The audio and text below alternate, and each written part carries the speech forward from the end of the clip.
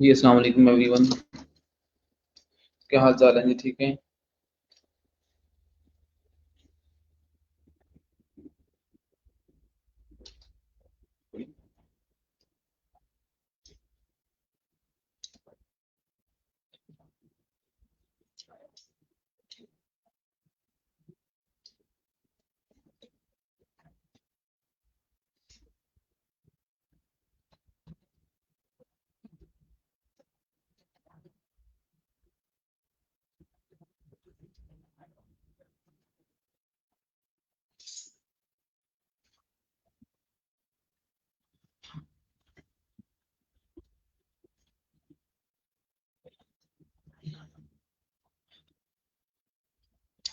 जी सुनाएं। हालचाल सुनाएं और ये बताएं कि क्या कुछ हो रहा है, कितने लोगों ने कल वाला काम किया है और कितने लोगों की साइट जो है वो कंप्लीट है।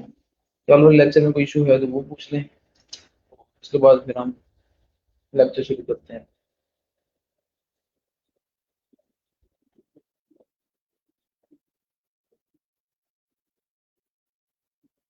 सिर्फ एक बच्चे वकार सलीम ने ही कोड अपलोड किया है, उसके अलावा किसी ने काम भी अपलोड नहीं किया हुआ।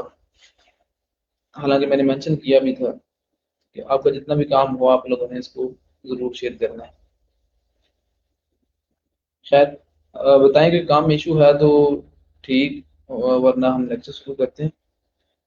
आज जो लेक्चर होगा उसमें हम हमारी जो चीज़ कल रह गई थी जेसन पासिंग में, वो हम आज देखेंगे और उसके अलावा पोस्टमैन को देखेंगे। तो यही दो मेन चीज़ें हैं आज के लेक्चर में। कल या फिर उससे नेक्स्ट अपर की क्लास जो है ना वो हम लेंगे। अपर को देखेंगे कि किस तरह आप लोग अकाउंट्स क्रिएट करोगे अपर के ऊपर, और किस तरह काम किया जाता है उस प्लेटफॉर्म के ऊपर, क्या डिफरेंस है फाइबर में और अपवर के अंदर।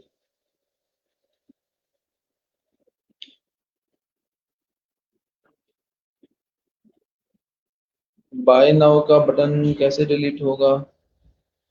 ये जो बटन है मेरे ख्याल में ये बी थीम का बटन जो आप है उसकी आप बात कर रहे हैं,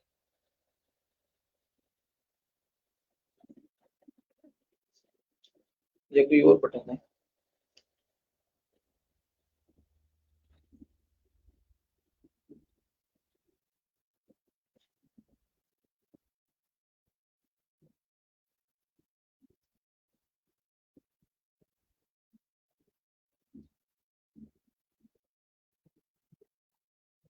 अच्छा, उसकी डॉक्यूमेंटेशन आप देख लें, उसमें वो चीज़ लिखी होगी, वो जहाँ पर वो डिस्प्ले हो रहा होगा तो उसकी सेटिंग्स जहाँ पर भी डैशबोर्ड में आपके पास अवेलेबल होंगी वहीं से होगा। मुझे अभी याद नहीं है कि वो एग्जैक्ट जो है ना वो ऑप्शन कहाँ पर था, लेकिन उसकी डॉक्यूमेंटेशन से आप उसको देख सकते हैं। अगर ना हुआ तो फिर आप मुझे बताइएगा, मैं आपको क्लास के बाद बता दूंगा। वैसे बी थीम की डॉक्यूमेंटेशन जो है वो मौजूद है, उसमें डिटेल में बताया हुआ है। अच्छा, हेडर के अंदर, हेडर के अंदर है तो फिर आप फिर आप आपके पास दो ऑप्शन हो सकते हैं, या तो आप किसी विजेट में देख लें, ठीक है, या फिर आप बी थीम ऑप्शंस के अंदर जो जनरल सेटिंग है उसमें हेडर के अंदर आप उसका ऑप्शन दें। ठीक है, मजीद जो है ना वो मैं आपको क्लास के बाद बता दूंगा कि जो है कहाँ पर। हाँ जी जैन अली, आप बताएं काम कितना किया आपने? इमरान आप भी बताएं, आपकी साइट जो है ना वो अपलोड क्यों नहीं हुई? हालांकि मैंने कहा भी था कि जितनी भी साइट आपकी हो आप उसको अपलोड कर दें। मैंने अटेंडेंस के लिए जो लिंक है वो पेस्ट कर दी है, आप लोग अटेंडेंस लगाएं फिर मैं लेक्चर शुरू कर लेता हूँ।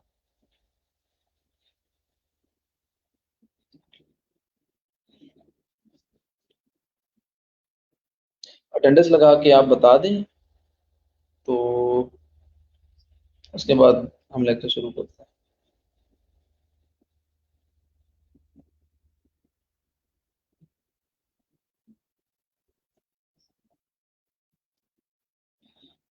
चले मैं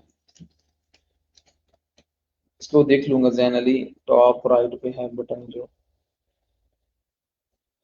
आप मुझे लिंक सेंड कीजिएगा तो मैं आपकी वो साइट पे देख भी लूंगा लोकेशन, और उसके बाद आपको बता भी दूंगा कि कहाँ पर ऑप्शन है।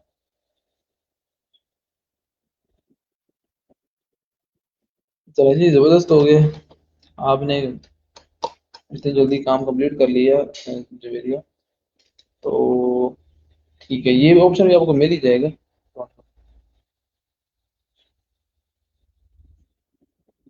हाँ, जैन अली ने ये जो बताया है कि आप इंस्पेक्ट एलिमेंट करके उसको खत्म कर सकते हैं, ये भी एक अच्छा ऑप्शन है। बल्कि इसी तरह ही कर लें, आपकी वो C S S, custom C S S वाली जो कॉन्सेप्ट है वो भी रिवाइज हो जाएगा।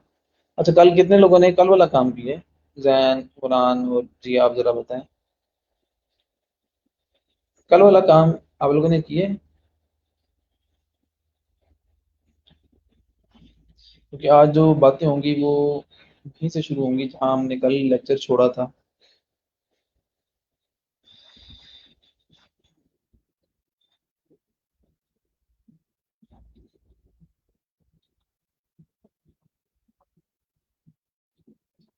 अच्छा, हमने एक अपर को देखना है, उसके बाद मैं आपको बताऊंगा पीपल पर आवर के बारे में भी। ठीक है, ये दो प्लेटफॉर्म्स हैं। और उसके बाद में आपको हमने गिग्स भी बनानी है। अब हम थोड़ा सा और देखेंगे फ्रीलांसिंग के हवाले से। मैं आपको गाइड करूंगा एंड पे आके कि जितनी चीज़ें आपने अभी और सीखी हैं मजीद, उनके लिए आप गिग्स जो है वो किस तरह की बनाएंगे। ठीक है, तो एक लेक्चर तो शायद इसी वीक के अंदर हो जाए, होपफुली अपवर्क का होगा। ठीक है, और बाकी जो लेक्चर्स हैं वो हम देखेंगे नेक्स्ट वीक के अंदर। ठीक है, क्योंकि जितनी चीज़ें आपने सीख ली हैं, ठीक है, मेरे ख्याल में मोर देन इनफ है आप काम स्टार्ट करने के लिए वर्डप्रेस पे। तो आप लोग वर्डप्रेस पे काम शुरू कर सकते हो। आप लोग वर्डप्रेस की वेबसाइट बना के दे सकते हो। मैं तो ये कहूँगा कि ये मेरी सजेशन है और रिकमेंडेशन आप समझ लो, कि आप लोग अपने आसपास देखो, कोई अगर आपको कोई रेस्टोरेंट मिलता है, या आपको कोई आसपास कोई स्कूल कॉलेज है, ठीक है, या कोई भी बिजनेस है किसी भी तरह का, तो आप उनको फ्री में वेबसाइट बना के दो। ठीक है, मैं तो ये कहूँगा कि अगर आप ट्राई कर रहे हो फाइवर पे और आपको वहां से रिस्पॉन्स नहीं मिल रहा, तो आप अपने किसी रिलेटिव में से किसी बंदे, अगर किसी का कोई रेस्टोरेंट है या कोई स्कूल है या फिर कोई स्टोर वगैरह है, चाहे वो बेसिक छोटा सा ही स्टोर क्यों ना हो, आप उन्हें फ्री में जो है ना वो वेबसाइट बना के दो। ठीक है, होगा क्या कि आप फ्री में वेबसाइट बना के दोगे, ठीक है, तो वो एक्चुअल एक वेबसाइट होगी। जब आप अपनी वेबसाइट पे काम कर रहे होते हो, जब आप एज अ टास्क ले रहे होते हो, तो बहुत सारी चीज़ों पे आप कंप्रोमाइज कर रहे होते हो। ठीक है, तो किसी रेलिवेंट, अगर आपको कोई रेलिवेंट है, जो जानने वाला है, तो सॉरी रिलेटिव है, या कोई जानने वाला या कोई मोहल्लेदार है, आप उसको जो है ना वो फ्री में वेबसाइट बना के दो। ठीक है, और उससे फायदा क्या होगा, पोर्टफोलियो बनेगा आपका। ठीक है, वो जो वेबसाइट होगी वो आपको पोर्टफोलियो में ऐड होगी। दूसरा ये होगा कि आप उनसे फीडबैक ले सकते हैं। ये मैं मेरी एक सजेशन है आप सबके लिए, कि आप लोग अ, ये काम लाजमी करिएगा कि जिसके लिए भी आप काम करो, जो भी क्लाइंट हो, जिसका काम अच्छा करो, जो क्लाइंट आपका खुश हो आपसे, आप उसे कहो कि मुझे आप वीडियो फीडबैक जो है ना वो दे दो। ठीक है, जिसके लिए भी आप काम करो, आप उससे उसका वीडियो फीडबैक जरूर लो। वो जो वीडियो फीडबैक होगा आप उसको अपने चैनल के ऊपर अपलोड कर दो। ठीक है, तो आप एक डमी सी ईमेल बना लो, उसमें आप फीडबैक के नाम से या फीडबैक वीडियोस के नाम से, ठीक है, तो या पोर्टफोलियो के नाम से आप चैनल क्रिएट कर लो, और उसमें वो तमाम वीडियोस हों जो कि आपके क्लाइंट्स आपके लिए आपको उन्होंने फीडबैक दिया हो। ये ज़रूर कीजिएगा, इससे बहुत फ़ायदा होगा। कुछ बच्चे लास्ट बैचेस के अंदर ये काम कर रहे हैं, तो किसी भी नए क्लाइंट को कन्विंस करने के लिए उनको ज़्यादा देर नहीं लगती। वो क्या करते हैं, सिंपली वो यूआरएल सेंड कर देते हैं, और तो वो तमाम वीडियोस जो नया क्लाइंट होता है वो देख लेता है।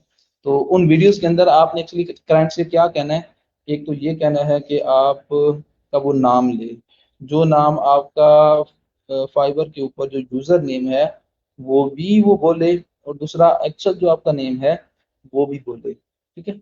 और उसके बाद तीसरी चीज ये कि जो आप सर्विस दे रहे हो, जो आप काम कर रहे हो, उसके बारे में भी बताए कि भाई मैंने, फॉर एग्जांपल मैं अगर आपका क्लाइंट हूँ तो मैं आपका नाम लूंगा कि भाई फलां फलां बंदे ने, ठीक है, मेरे लिए एक वेबसाइट बनाई है वर्डप्रेस के ऊपर, ठीक है। तो वेब उसके बाद अगला जो उसका वो फीडबैक होगा वो शुड स्टार्ट कुछ इस तरह से हो। तो ये बड़ी कह लो कि काम की चीज़ है, ठीक है। जब आप फ्री हो तो आप दूसरों को जो है ना वो वेबसाइट बना के दे दो। ये तो फ्री मैं आपसे कह रहा हूँ, हो सकता है बल्कि होगा कि जो बंदा वेबसाइट जिसके लिए आप बनाओगे, ठीक है, वो आपको पे भी करेगा, चाहे वो आपका रेलिवेंट हो या कोई जानने वाला हो, ठीक है। तो पे भी करेगा। अगर पे ना भी करे तो फिर भी आप क्या करो, आप उसको फ्री में बना के दे दो, ठीक है, ताकि आपकी प्रैक्टिस भी हो जाए, ठीक है, और वो जो चीज़ है वो आपके पोर्टफोलियो में भी ऐड हो जाए। और इन रिटर्न उससे आप वीडियो फीडबैक ले लो।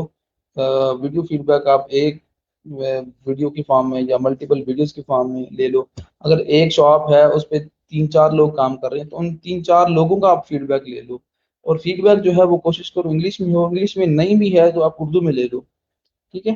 तो उसको आप वहां पर लगाओ, यूट्यूब के चैनल के ऊपर लगाओ, जो भी नया क्लाइंट आए फाइबर के ऊपर, अपवर के ऊपर, आप उसे जरूर आप अपना उसका जो लिंक है वो शेयर करें, ठीक है। तो ज्यादा देर नहीं लगेगी क्लाइंट्स को कन्विंस करने के लिए, ठीक है। जो नए क्लाइंट्स होते हैं वो आपसे आपका पोर्टफोलियो मांगते हैं। अगर फाइबर के ऊपर आपका जीरो ऑर्डर है, आपने कोई भी ऑर्डर कंप्लीट नहीं किया हुआ, ठीक है, तो क्लाइंट कभी भी आपको इतनी जल्दी से ऑर्डर प्लेस नहीं करेगा तब तक जब तक कि वो आपका वर्क एक्सपीरियंस ना पता कर ले। तो वर्क एक्सपीरियंस अगर दिखाना है किसी को, ये कन्विंस करना है, तो मेरे ख्याल में ये जो तरीका है ये बेस्ट है। वरना वर्बली तो आप जितना मर्जी कहते रहो जी कि मैंने ये काम किया है, मैंने 10 साल का एक्सपीरियंस है, मैंने फेसबुक की वेबसाइट बना, जो मर्जी कहते रहो, ठीक है, उसकी कोई ऑथेंटिकेशन नहीं है, उसका कोई प्रूफ नहीं है, ठीक है। जब आप ये काम करोगे, एक यूट्यूब का चैनल का यूआरएल सेंड करोगे जिसमें वो तमाम वीडियोस होंगी जो कि आपके क्लाइंट्स की होंगी, जिन्होंने आपको फीडबैक दिया होगा, तो जस्ट इमेजिन कि अगर आप भी एज अ क्लाइंट बनकर देखें तो आप बहुत जल्द कन्विंस हो जाएंगे एटलीस्ट उसके काम के लिए, उस सर्विस के लिए जिसके लिए आपने उससे काम करवाना है, ठीक है। तो ये काम लाजमी कीजिएगा। और मजीद कुछ इस तरह की और बातें हैं वो हम डिस्कस करेंगे नेक्स्ट लेक्चर्स के अंदर। तो मुझे ज़रा ये बताएं कि कितने आप में से कितने बच्चों की गिग्स बनी हुई हैं वर्डप्रेस के ऊपर, वर्डप्रेस के ऊपर कितने बच्चों की गिग्स हैं और कितनी गिग्स हैं ये भी बताएं।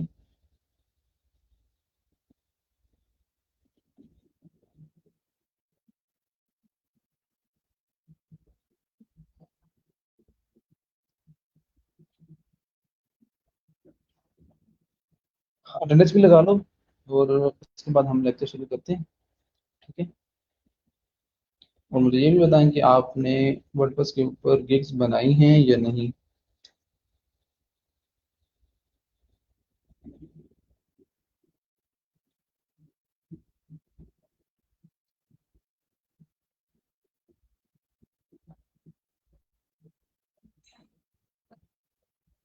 तो आपने गिग कब क्रिएट करनी है जी अनाज, बाकी लोग भी बताएं, जैन और बाकी जितने भी हैं। आप में से अगर किसी ने गिग क्रिएट की है तो भी बताएं, नहीं क्रिएट की तब भी बताएं।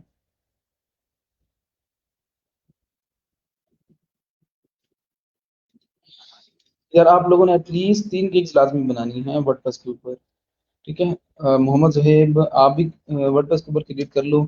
यार आपको पता है कि वर्डप्रेस पे मिलियंस ऑफ वेबसाइट्स मौजूद हैं, ठीक है। W3 टैक्स, ये मैं दोबारा आपको ये वेबसाइट दिखा देता हूँ, और यहाँ से आप मार्केट शेयर जरा देखें वर्डप्रेस का, 37% हो चुका है, ठीक है। ये इससे पहले कुछ अर्सा पहले तक 36% था, ठीक है। तो 37% जो वेबसाइट्स हैं दुनिया की वो इसके ऊपर बेस कर रही हैं वर्डप्रेस के ऊपर।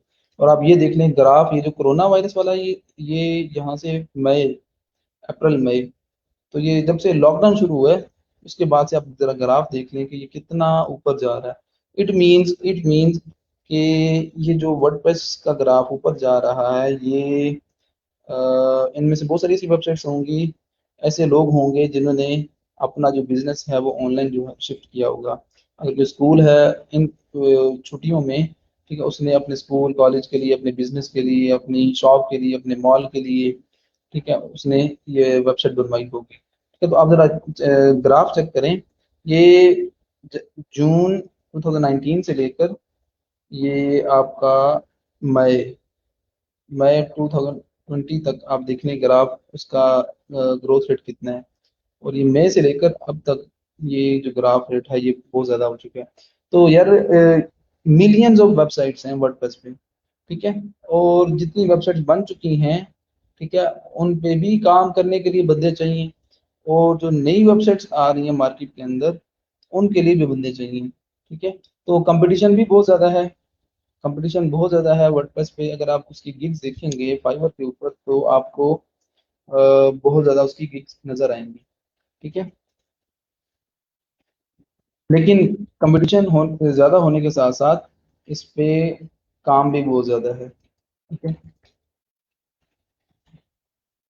बट मैं तो यही रिकमेंडेशन, मेरी रिकमेंडेशन है आप सबके लिए, जिसने थोड़ा काम किया है उसके लिए भी, जिसने ज़्यादा काम किया है इस पूरे कोर्स में उसके लिए भी, जितना काम आपने इससे पहले लेक्चर्स के अंदर कर लिए है, जितनी चीज़ें आपको समझ में आ चुकी हैं, वेल एंड गुड।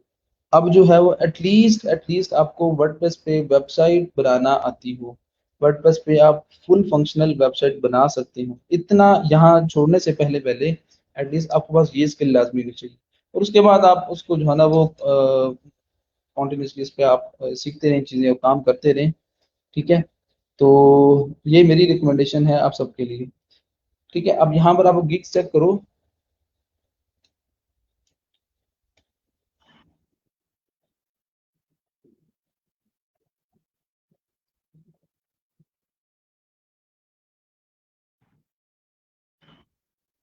यहाँ पर आपको थाउजेंड्स में गिग्स नजर आएंगी। ठीक है, यहाँ पर आप पेज देख लें, ये पेज जो है वो पेजिनेशन कहाँ तक जा रही है। ठीक है, तो कंपटीशन भी ज़्यादा है, लेकिन उसके साथ साथ आपका इस पे काम करने, इस पे काम भी बहुत ज़्यादा है। ठीक है, आप जितनी मर्जी गिग्स देख लें, यहाँ एंड पे जाके आप चाहे 10वें पेज पे गिग्स देख लें तो उस पे भी लोगों ने काम किया होगा। अब देखिए टॉप रेटेड जो है वो 10वें पेज पे आ रहे हैं वर्डप्रेस के लिए। ठीक है, अब यहाँ पर देखें हर बंदे को कुछ ना कुछ काम मिला हुआ है, जिसने काम ठीक किया है उसका आप यहाँ पर उसकी पोर्टफोलियो चेक कर सकते हो। ठीक है, 172, 88, इसी तरह आप यहाँ पर देख लें, बेशुमार गिग्स मौजूद हैं, और मेरे ख्याल में हर गिग के ऊपर कोई ना कोई काम मौजूद है। ठीक है, तो भाई जो काम करेगा डेडिकेशन के साथ, ठीक है, तो फाइवर उसको ऊपर लेकर आ जाएगा, चाहे वो न्यू सेलर हो या फिर वो टॉप रेटेड हो। जो काम ठीक करेगा फाइवर उसी को ही टॉप पे दिखाएगा, उसी को ही उसकी गिग जो है वो रैंक करवाएगा। ठीक है, तो यहाँ से मैं दोबारा इसके होम पेज पे जाता हूँ। ठीक है,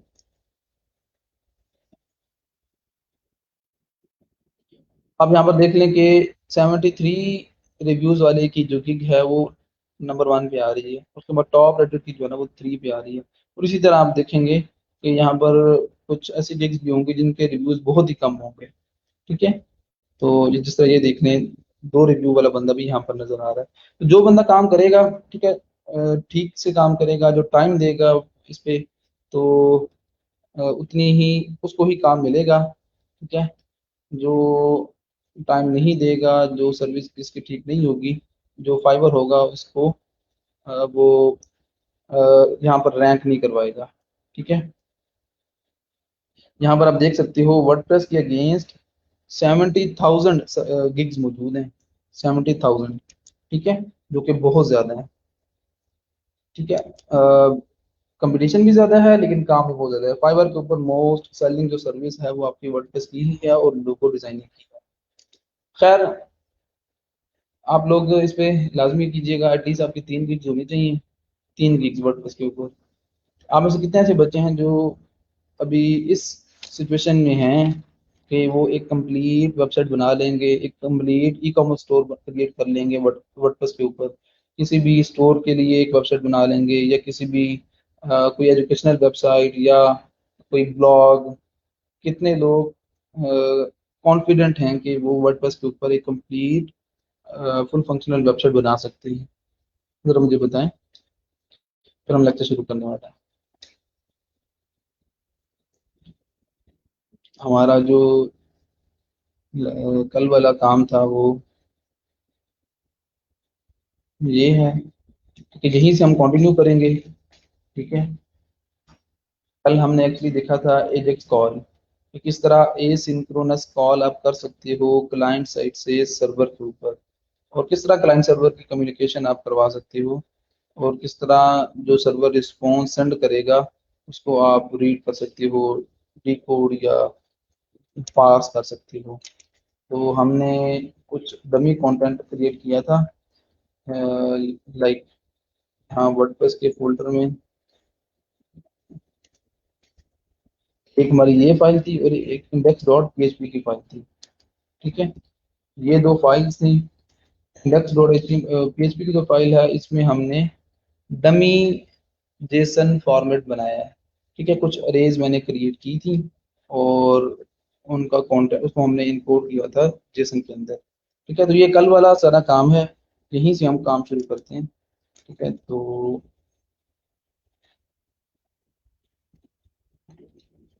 ठीक है, आपको यहाँ ठीक हो गया जाहिद महमूद जियानाज, आप लोग जबरदस्त। आप लोग मजीद और काम शाम करो, जिन बच्चों ने अभी तक मजीद काम नहीं किया या जिनको लगता है कि वो कंप्लीट काम नहीं कर सकते, तो एटलीस्ट आप ये जो मैंने वेबसाइट बनाई हुई है आपको, आप वो बना लो, पोर्टफोलियो वेबसाइट कोरोना वायरस वाली, और उसके बाद इससे पहले जो वेबसाइट थी एक वो कॉमर्स की। तो मेरे ख्याल में उसके बाद आप कोई भी वेबसाइट बना सकते हो वर्डप्रेस के ऊपर, तो मुश्किल नहीं होगा। चलें जी, लेक्चर शुरू करते हैं। आज मैंने आपको पोस्टमैन के बारे में बताना है। पोस्टमैन टूल जो है वो बड़ा यूजफुल टूल है, तो इसके फौरन बाद हम उसको देखेंगे। अगर टाइम बच गया तो मैं आपको कुछ और सॉफ्टवेयर के बारे में बताऊंगा। अगर टाइम बच गया तो मैं आपको कुछ सॉफ्टवेयर के बारे में बताऊंगा जो कि प्रोफेशनली यूज किए जाते हैं प्रोजेक्ट मैनेजमेंट के लिए। ठीक है, प्रोजेक्ट हैंडलिंग के लिए। ठीक है, तो वो सारे यूजफुल मैं जो सॉफ्टवेयर हैं वो आपको मैं बता दूंगा। लेकिन हमने सबसे पहले पोस्टमैन को देखना है। पोस्टमैन है, उसके अलावा और बहुत सारे टूल्स हैं जो कि यूज किए जाते हैं।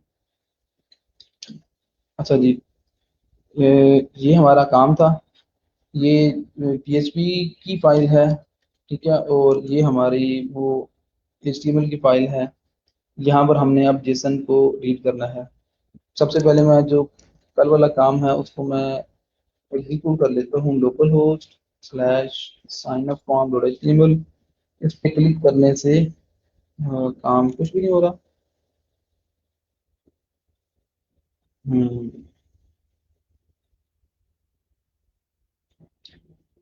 एक मिनट में यहाँ से देख लेते हैं कि एप्लीकेशन जैम एच टू डॉक्स, ठीक, index dot PHP sign up form dot HTML. अच्छा, यहाँ पर हमने कुछ करवाया नहीं, अलर्ट बॉक्स रिजल्ट,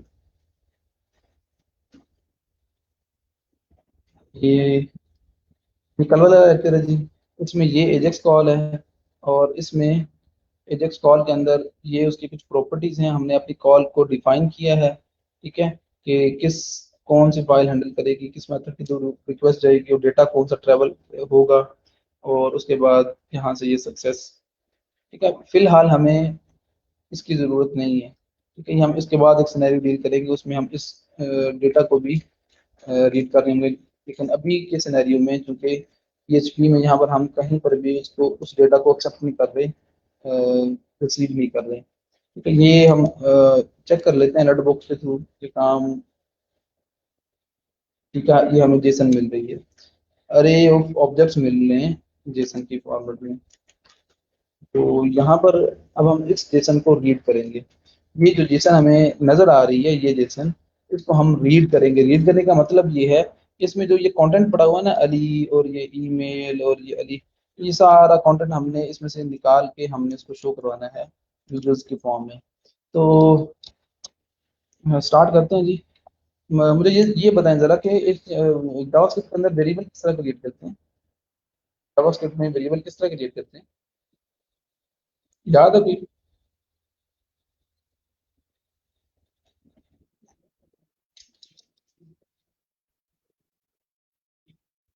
आप लोग जरा बताएं मुझे। और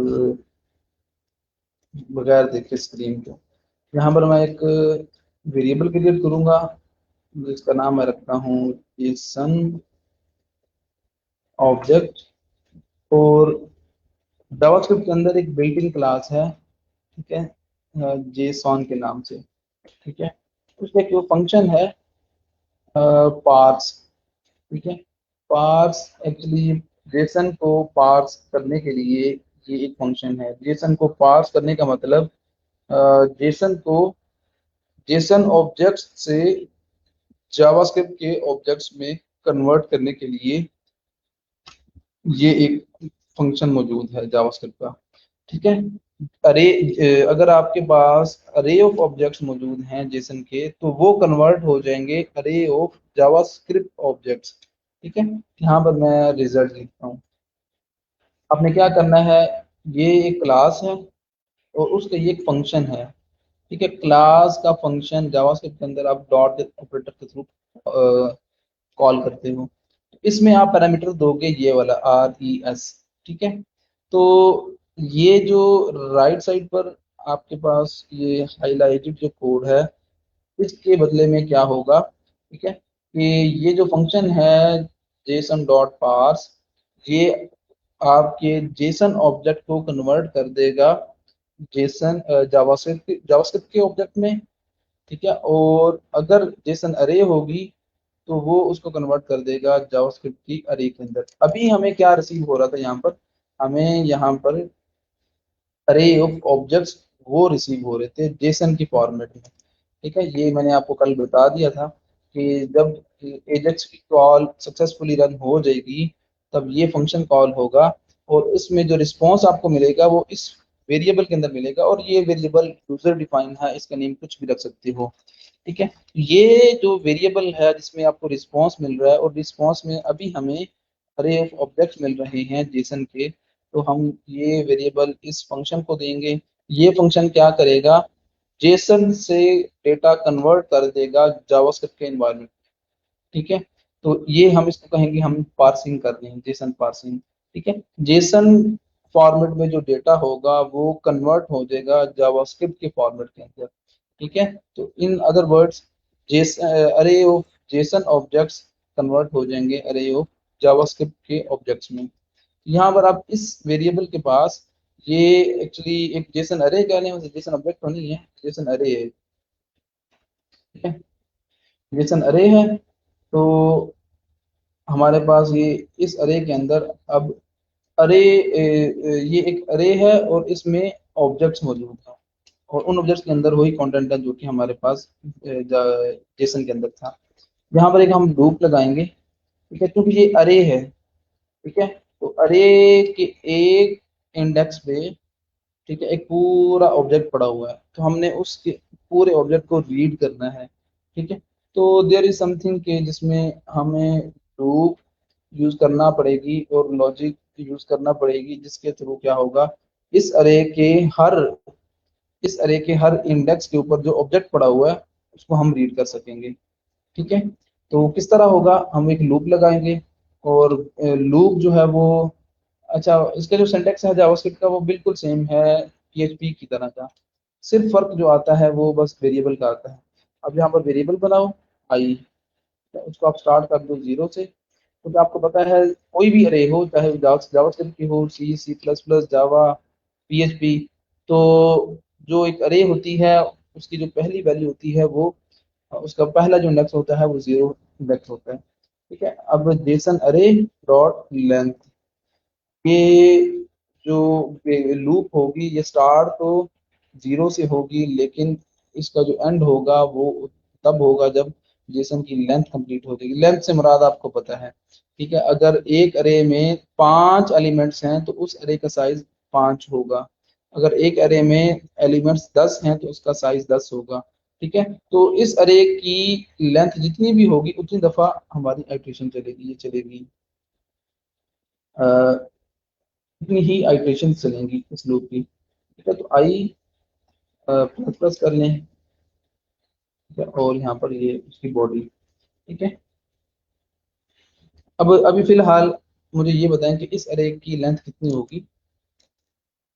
आप जरा बताइए, आपके पास रिस्पॉन्स मौजूद है, जो कि रिस्पॉन्स यहाँ पर कन्वर्ट हो रहा है जावास्क्रिप्ट के ऑब्जेक्ट के अंदर। ठीक है, तो मुझे ज़रा ये बताएं कि ये जो लूप है, इस रिस्पॉन्स के अकॉर्डिंगली कितनी इसकी आइटरेशंस होंगी, मुझे ये बताएं। 4 होंगी, बिल्कुल। तो यहाँ पर हमने अब क्या करना है, हर आइटरेशन में हमारे पास एक्चुअली एक ऑब्जेक्ट आएगा। यहाँ इस लूप में हर आइटरेशन के अंदर, ठीक है, हमारे पास एक ऑब्जेक्ट आएगा।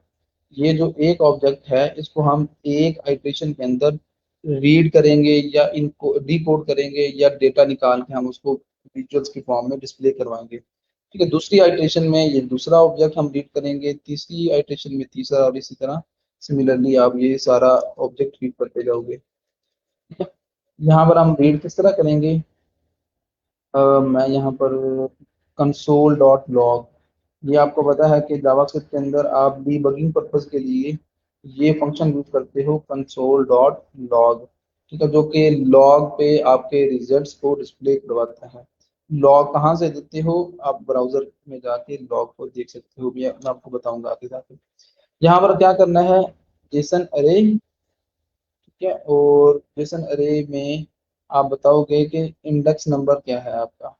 ठीक है, अब इंडेक्स नंबर के बाद यहाँ पर एक्चुअली ये चीज़ आप अंडरस्टैंड कर लें, उसके बाद हम आगे देखते हैं। ठीक है, आपको पता है कि यहाँ पर conversion of Jason objects into JavaScript objects. तो यहाँ पर ये काम हो रहा है, ठीक है, पहली लाइन ऑफ कोड में, और यहाँ पर हम डेटा रीड कर रहे हैं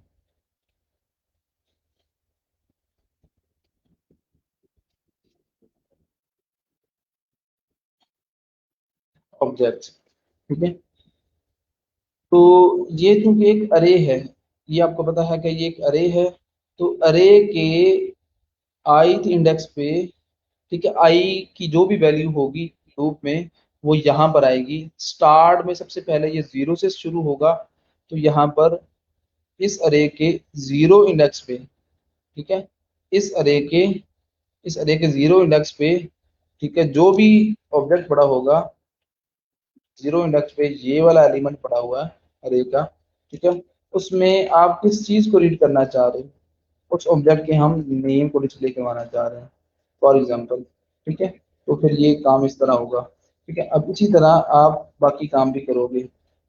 अरे के 0 इंडेक्स पे हमने ईमेल, ठीक है, ईमेल, ये जो नेम ईमेल हमने यहाँ पर लिखा है, ये एक्चुअली आपकी ये वाली कीज होंगी, नेम और ईमेल, ठीक है, जो कि आपको यहाँ पर रिसीव हो रहा है। इस की के अगेंस्ट ये वैल्यू मिलेगी, इस की के अगेंस्ट ये वाली वैल्यू मिलेगी। ठीक है, तो अरे के बाद यहाँ पर अरे के बाद, ठीक है, आप एक्चुअली बताओगे, क्योंकि पहली इटरेशन होगी तो पहले ऑब्जेक्ट की बात हो रही होगी, तो आप यहाँ पर बताओगे कि अरे के पहले इंडेक्स पे जो नेम की है, उसके अगेंस्ट जो वैल्यू पड़ी हुई है वो यहाँ पर कंसोल पे शो करवा दो। ठीक है, इसी तरह अरे के 0 इंडेक्स पे जो ईमेल की के अगेंस्ट वैल्यू पड़ी हुई है वो हमें शो करवा दो। अभी तो हमारे पास फिलहाल दो ही चीजें हैं, इसलिए हम ये दो ही रीड करेंगे, और उसके बाद ये काम सारा करूंगा। पहली एडिशन, अब ये जब लूप स्टार्ट होगी तो 0 से ये लूप शुरू होगी। यहाँ पर अरे के 0 इंडेक्स पे जो ऑब्जेक्ट पड़ा होगा उसकी वैल्यू कंसोल पे प्रिंट हो जाएगी। दूसरी इटरेशन चलेगी, दूसरी इटरेशन में क्या होगा कि इस अरे के दूसरे इंडेक्स पे जो ऑब्जेक्ट पड़ा होगा उसकी नेम और ईमेल वो प्रिंट हो जाएगी। इसी तरह ये काम सारा होता जाएगा, और अल्टीमेटली क्या होगा कि जो पीएचपी की फाइल ने आपको डेटा सेंड किया होगा, जो भी डेटा आपको सेंड किया होगा, वो आप यहाँ पर रीड भी कर लोगे और उसको कंसोल पे डिस्प्ले भी करवा लोगे। ठीक है, तो इसको अब हम एग्जीक्यूट करके देखते हैं। ठीक है, तो लेट्स सी कि रिजल्ट क्या आता है मेरे पास। ठीक है, आपने इंडेक्स पे क्लिक किया, कुछ भी आपका रिस्पॉन्स नहीं मिल रहा। हमने जो रिजल्ट्स डिस्प्ले करवाए थे वो कंसोल पे करवाए थे। तो राइट क्लिक करके इंस्पेक्ट एलिमेंट करके कंसोल पे आप वो सारा कंटेंट देख सकते हो। यहाँ पर आप देख सकते हैं उमर abc.com, उस्मान अली हमजा। ठीक है, ये सारे वो ऑब्जेक्ट्स हैं, ठीक है, जो कि डिस्प्ले हो रहे हैं आपके कंसोल के ऊपर। ठीक है, अली हमजा उमर उस्मान, ये चार। ठीक है, तो चार वो जो ऑब्जेक्ट्स हमें यहाँ पर रिसीव हो रहे थे, ठीक है, वो हमने यहाँ पर डिस्प्ले करवा लिए हैं। ठीक है, सॉरी ये है आपका, ये वो चार अरेज थी बेसिकली। तो इस सारे सिनेरियो को आप कहोगे कि आपने क्या किया है, आपने जेसन पार्सिंग की है। ये यहाँ से लेकर यहाँ तक जो काम हुआ है, इसमें एक्चुअली क्या हुआ है कि एक रिक्वेस्ट गई है इंडेक्स डॉट पीएचपी की फाइल पे। ठीक है, उस पीएचपी की फाइल ने कुछ काम किया है, और उसके बाद एंड पे जाके एक जेसन जो है ना वो फॉर्मेट सेंड किया है, जिसके अंदर अरे ऑब्जेक्ट्स हैं। वो सेंड किया है किसको, जिसने इसको कॉल किया होगा वो हमें यहाँ पर रिसीव हुए हैं। और यहाँ पर इस जगह पे हमने वो जो डेटा हमें रिसीव हुआ है जेसन की फॉर्म में, उसको हमने रीड कर लिया है या डी कोड कर दिया है, आप ऐसे कह लो। ठीक है, तो उस किस तरह करेंगे, सिर्फ एक आपने फंक्शन याद रखना है, जेसन पार्स। ठीक है, ये जेसन पार्सिंग के लिए ये फंक्शन मौजूद है, और इसके बदले में आपके पास यहाँ पर रिस्पॉन्स आएगा। मुझे आप जरा आप ये बताएं कि अगर यहाँ पर फॉर एग्जांपल ये काम होता। ठीक है, ये एक एक आपने ऑब्जेक्ट क्रिएट की, एक अरे आपने क्रिएट की। ठीक है, एसोसिएटिव अरे करें। ठीक है, और सिंपली आपने उस अरे को कन्वर्ट कर दिया जेसन इन कोड में, जेसन की फॉर्मेट में उसको कन्वर्ट कर दिया। अब मुझे जरा बताइए इसको आप किस तरह फॉर रीड आउट करोगे, इस अरे को जो आपको रिस्पॉन्स में मिल रही है, इसको आप जावास्क्रिप्ट के अंदर किस तरह रीड करोगे। मैंने तो अरे ऑफ ऑब्जेक्ट्स को रीड किया है। अब मुझे जरा ये बताएं कि ये सिंपली ऑब्जेक्ट आपको मिलेगा। आपको पता है कि एसोसिएटिव अरे जो है वो जेसन ऑब्जेक्ट में कन्वर्ट है, तो यहाँ पर एसोसिएटिव अरे। तो मैं इसको एग्जीक्यूट करता हूँ और इसके रिजल्ट देखते हैं। अभी सिंपली क्या है, एक जिस एसोसिएटिव अरे क्रिएट की है और उसको हमने इंपोर्ट किया है जेसन की फॉर्म में। तो ऑब्वियसली ये जो इंडेक्स डॉट पीएचपी की फाइल है हमें ये एक जेसन ऑब्जेक्ट वो रिस्पॉन्स में देगी। ठीक है, तो उसको हमने रीड आउट किस तरह करना है, इसका कोड जो है वो आप जरा मुझे यहाँ पर बता दो कमेंट बॉक्स के अंदर। मैं यहाँ पर इसको, जो हमें डेटा रिसीव हो रहा है उसको मैं यहाँ पर सिंपली प्रिंट आउट कर देता हूँ, अलर्ट बॉक्स।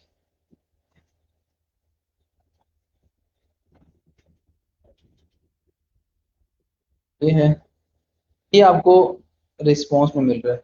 अच्छा, ज़रूरी नहीं है कि आपको हमेशा रिस्पॉन्स में अरे ऑफ ऑब्जेक्ट्स ही मिलेंगे। ओबियसली ओबियसली रिक्वायरमेंट के अकॉर्डिंगली जो भी आपकी रिक्वायरमेंट होगी, रिस्पॉन्स जो है वो चेंज हो सकता है। अगर जेसन की फॉर्म में आपको रिस्पॉन्स मिल रहा है, तो वो या तो आपको मिलेगा अरे ऑफ ऑब्जेक्ट्स में, या आपको मिलेगा जेसन अरे में, या आपको जेसन ऑब्जेक्ट के अंदर मिलेगा।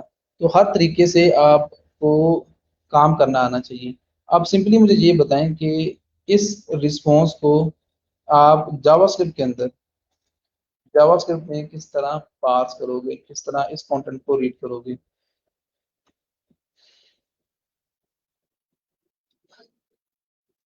एनीवन जी, कोई बताए।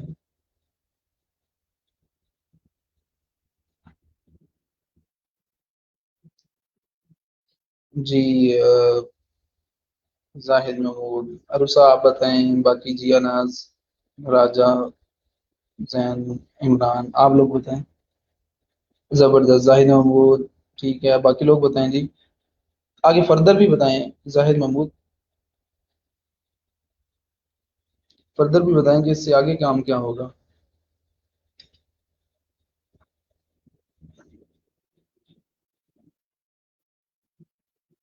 अगर हमने कंसोल पे इस रिस्पॉन्स को, ये जो रिस्पॉन्स आ रहा है इसको कंसोल पे अगर आपने प्रिंट आउट करवाना हो तो इसका सिंटैक्स क्या होगा। आप PHP फिडल को वैसे यूज कर सकते हो, PHP फिडल या MySQL फिडल। मुझे आप लिंक सेंड कर दें।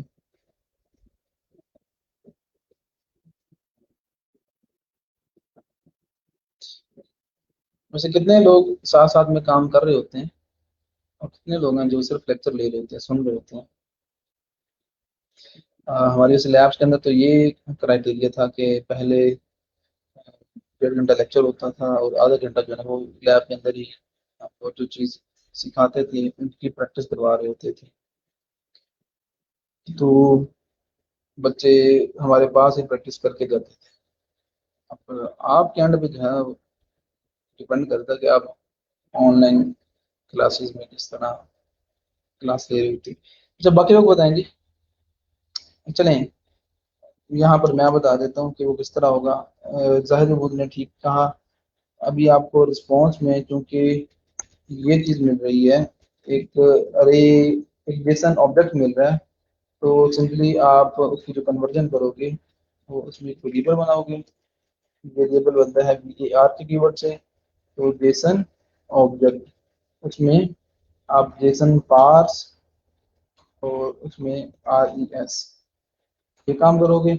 अब यहाँ पर आपको ये रिस्पॉन्स जो है ये कन्वर्ट हो जाएगा जेसन से जावास्क्रिप्ट के इन्वायरमेंट में। तो रिस्पॉन्स में हमें एक्चुअली एक अरे ऑफ इस सिंपली एक ऑब्जेक्ट मिल रहा था जेसन ऑब्जेक्ट। तो जेसन ऑब्जेक्ट जो है वो जावास्क्रिप्ट के ऑब्जेक्ट में कन्वर्ट हो जाएगा सिंपली आप बगैर लूप के, क्योंकि अरे के सिनेरियो में अरे की जो मैनिपुलेशन है वो हम लूप के थ्रू करते हैं। लूप का ज्यादातर जो इस्तेमाल है वो अरे की मैनिपुलेशन के लिए होता है। यहाँ पर अरे हमें मिल ही नहीं रही, ऑब्वियसली हम बगैर अरे के काम करेंगे। और जेसन ऑब्जेक्ट और उसके बाद इसमें जो नेम है वो, और इसी तरह यहाँ पर उसकी जो ईमेल है वो हमें यहाँ पर रिसीव हो जाएगी। ये इस तरह आप क्या करोगे, आप प्रिंट आउट करवा लोगे अपने कंटेंट को। इसी तरह अगर आप जेसन अरे होगी, सिर्फ सिर्फ जेसन अरे होगी, तो उसको भी आप रीड कर सकते हो। सिंपली आप क्या करोगे, आइट्रेशन के थ्रू, आप लूप के थ्रू आप अपना काम कर लोगे। जेसन अरे जब भी अरे होगी तो उसकी मैनिपुलेशन, उसमें जो पासिंग होगी वो उसके थ्रू होगी, लूप के थ्रू।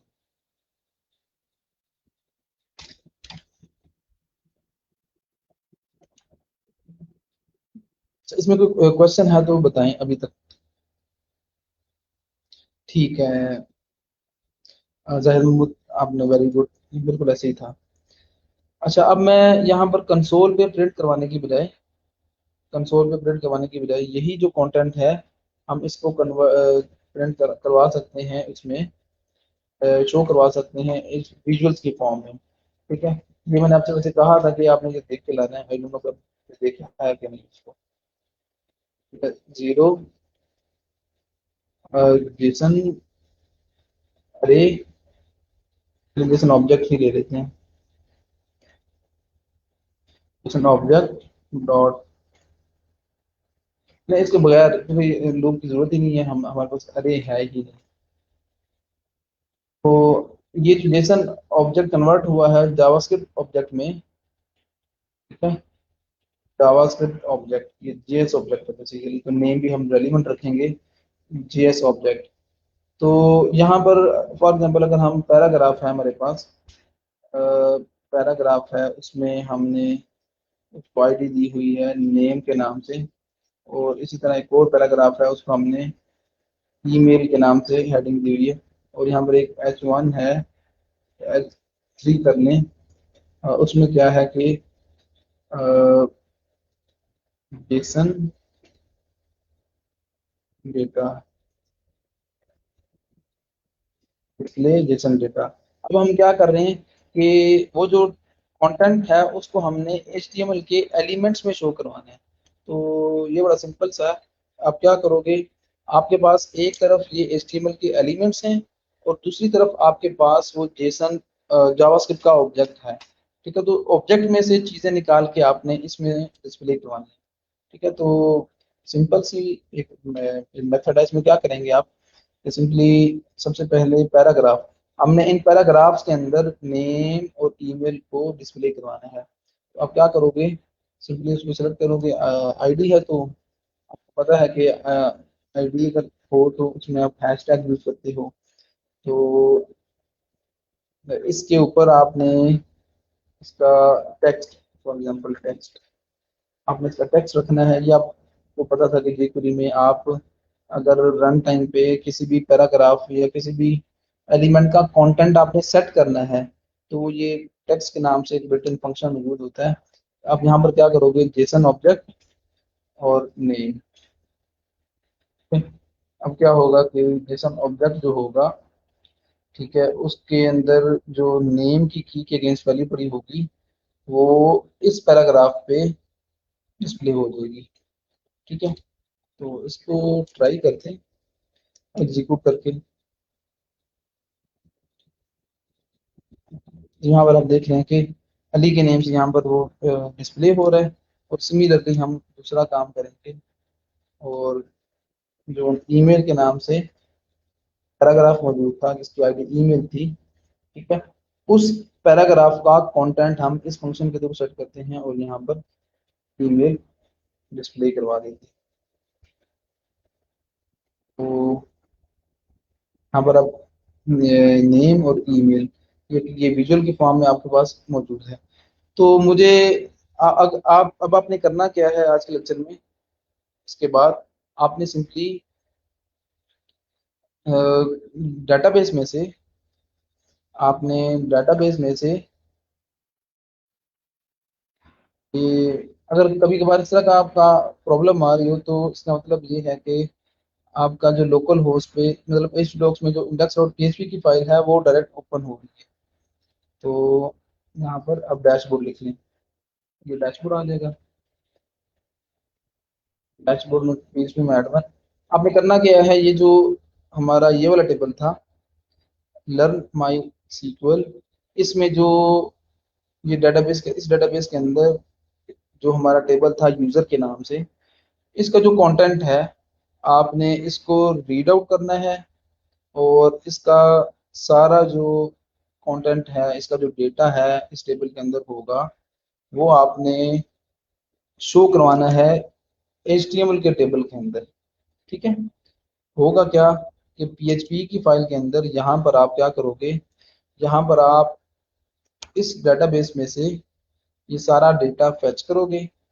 और वो फेच किस तरह होगा आपको पता है, हम PHP के अंदर माई सीक्वल की जो फेच की सेलेक्ट की क्वेरी है, सेलेक्ट की क्वेरी के थ्रू आप ये सारा डेटा फेच करोगे और उसको आप फेच करने के बाद आप कन्वर्ट कर दोगे जेसन में।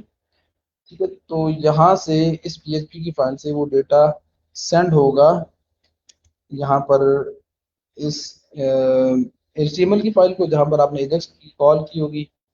तो यहाँ इस फंक्शन के बॉडी में आपने उस टेबल के डेटा को विजुअल्स की फॉर्म में टेबल की फॉर्म में डिस्प्ले करवाना है।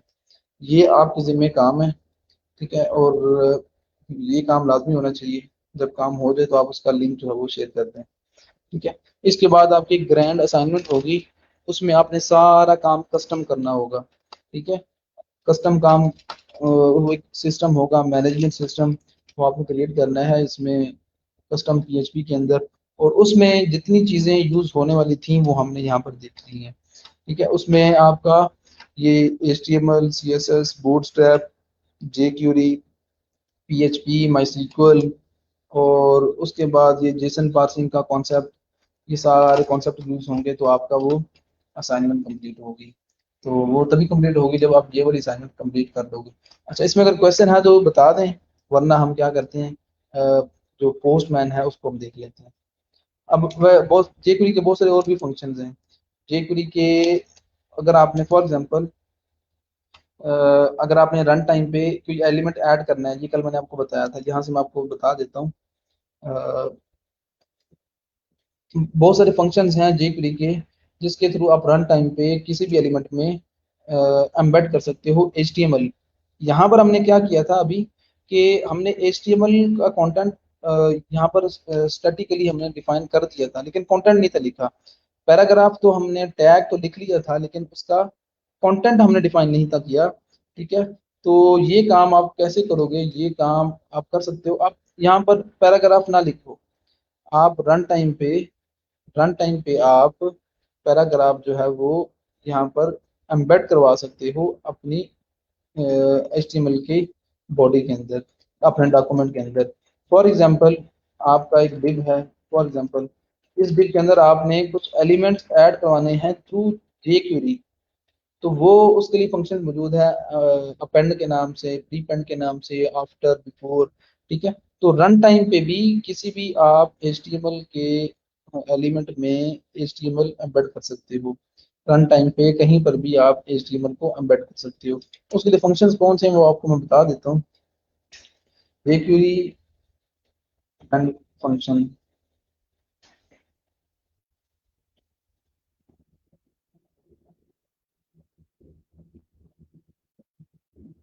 W3 स्कूल वाला ओपन कर लेते हैं, ये इजी टू अंडरस्टैंड है।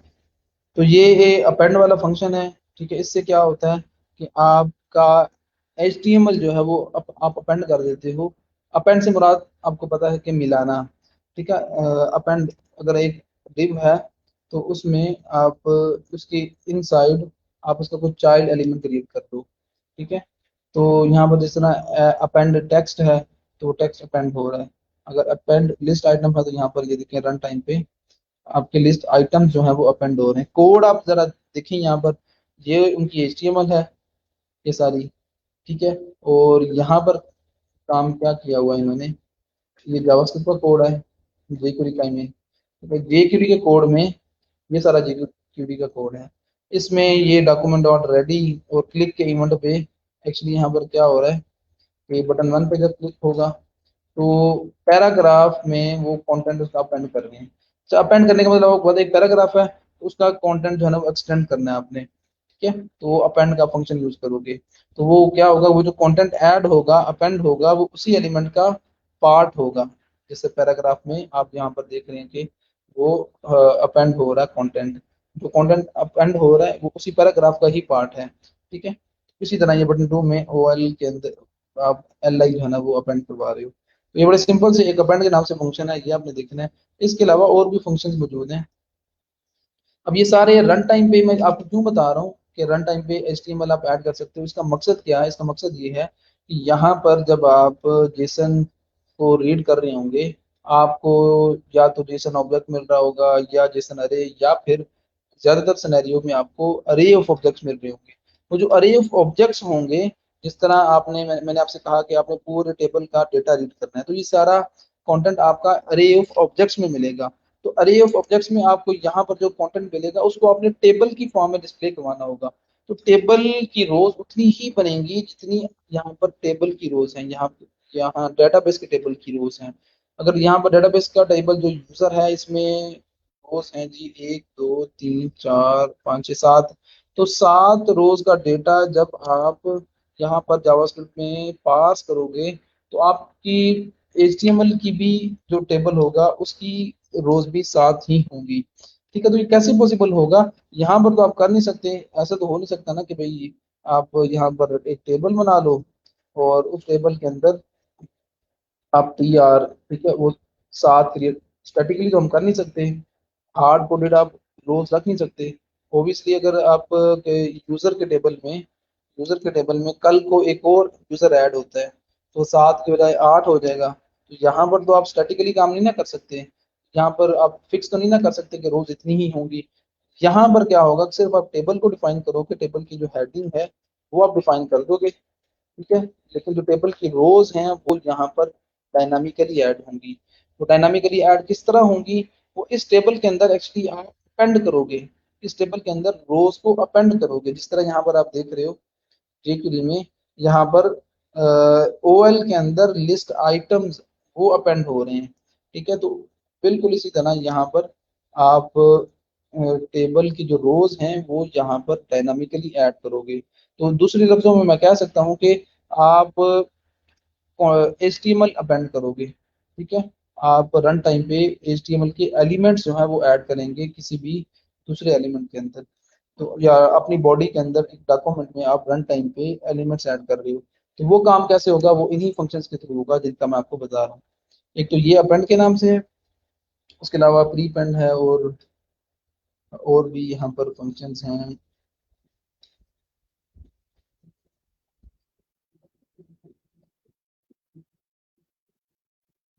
चलिए यहाँ पर एक अपेंड के नाम से है, एक प्रीपेंड के नाम से है, और आफ्टर और बिफोर के नाम से भी है, ठीक है। तो ये सारे फंक्शन हैं, इन्हीं को आप यूज करेंगे और अपने जो कंटेंट होगा वो अपने को डिस्प्ले करवा सकते हैं इसमें, है रन टाइम पे जी के अंदर, ठीक है। तो ये वो आपका प्रीपेंड का फंक्शन है। इसमें क्या होगा कि अपेंड का मतलब होता है कि बाद, और प्रीपेंड का मतलब होता है कि वो कंटेंट जो होगा वो उससे पहले ऐड होगा, ठीक है। वो जो एलिमेंट आप सेलेक्ट करोगे उससे पहले वो प्रीपेंड होगा, और इसी तरह आफ्टर और बिफोर के नाम से दो फंक्शन मौजूद हैं, तो उनको आप यूज करोगे। ये काम आपने आज लाजमी करना है, कि ये काम करोगे तो अगली बात आपको समझ में आएगी, ठीक है? अगर आप ये काम नहीं करोगे तो अगला काम समझ में नहीं आएगा। फॉर एग्जाम्पल, अगर आपको डेटा है, ठीक है, डेटा आप के अंदर आप सेंड कर रहे हो, फॉर एग्जाम्पल नेम है, और नेम के अंदर आप ये सेंड कर रहे हैं, और उसके बाद ईमेल है, ईमेल में आप ABC अभी सेंड कर रहे हो, ठीक है। अब अगला सिनेरियो हम देख लेते हैं कि अगर फॉर एग्जांपल एजेक्स कॉल में आप डेटा सेंड कर रहे हो किसी भी PHP की फाइल को, तो वो रिसीव किस तरह हो, कोई गैस कर सकता है किस तरह रिसीव करेंगे, ठीक है। बताएं जी कोई, कि ये जो डेटा है हम ये किस तरह रिसीव करेंगे PHP की फाइल में।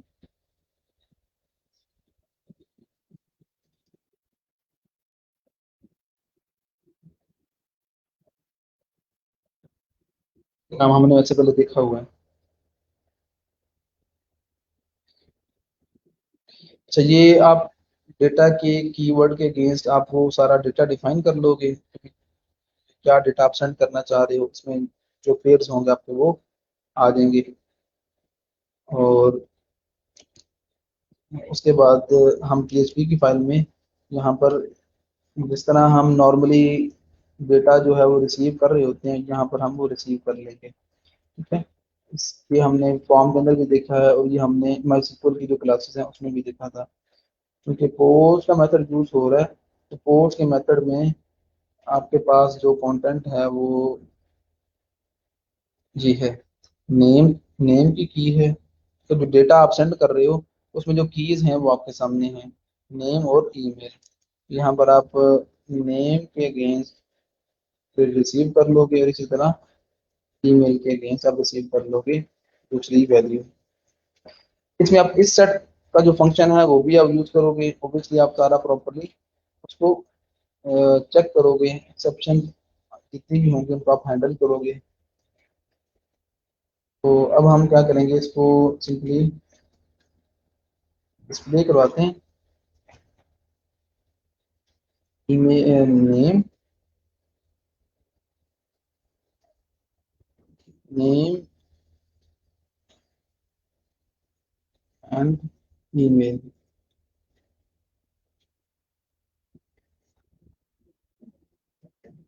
सेव करें, और उसके बाद यहाँ पर सिंपली हम अलर्ट बॉक्स में वो शो करवा देते हैं जो वहां से प्रिंट हो रहे हैं। तो ये सारा कॉन्सेप्ट आप वर्डप्रेस वर्डप्रेस के अंदर भी यूज कर सकते हो। वर्डप्रेस में अगर आपको एक कस्टम पेज क्रिएट करना है, पेज टेम्पलेट, तो उसके अंदर भी सेम सिनेरियो है, आप इसी तरह ही काम करोगे, एजेक्स कॉल आप इसी तरह ही करोगे। अब मैं इसको एग्जीक्यूट करता हूँ और इसके जो रिजल्ट्स हैं वो देखता हूँ। आपको वो सारी नेम और ईमेल आपको वो मिल गया, ठीक है। तो एजेक्स कॉल में जो आप डेटा सेंड कर रहे हो वो आप सेंड इस तरह करोगे, डेटा के की के अगेंस्ट जितने मर्जी पेज आप सेंड करो। PHP में आप जो रिसीव करोगे वो ये जो आपकी सुपर ग्लोबल अरेज हैं, इनके थ्रू आप उसको रिसीव कर लोगे। ठीक है, तो इस तो क्वेश्चन है तो बता दें, वरना मैं आपको उसके बाद पोस्टमैन का कॉन्सेप्ट देता हूँ कि पोस्टमैन एक्चुअली है क्या और किस तरह आप उसको यूज कर सकते हैं। तो क्वेश्चन है तो पूछने की।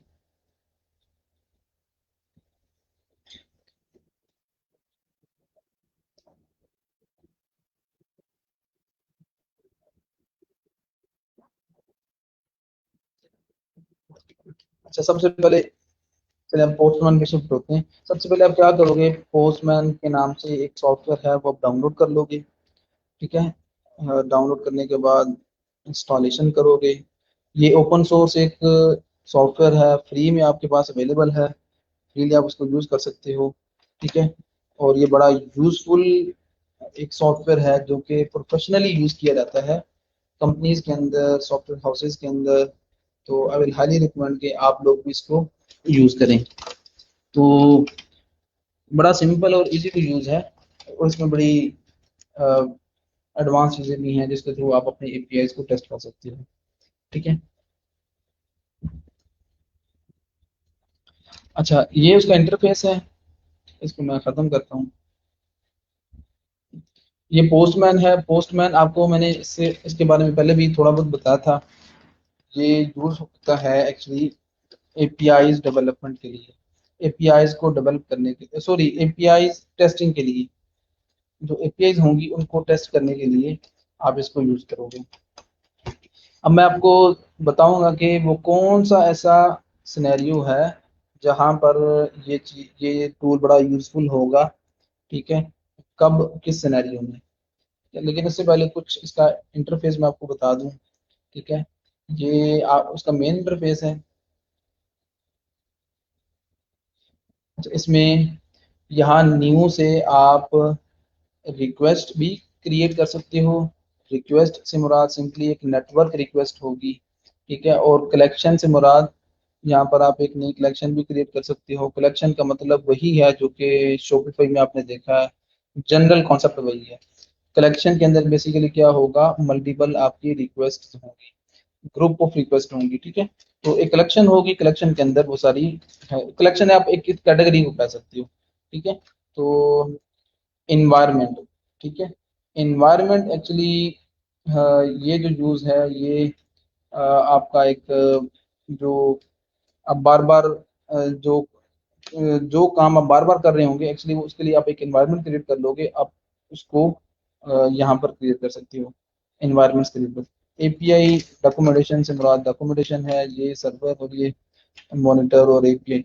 ठीक है, जो मेन चीजें हैं जो आप क्रिएट कर सकते हो ये तीन हैं। Request, collection. मैं कलेक्शन क्रिएट करता हूँ, कलेक्शन में आप नेम बताओगे।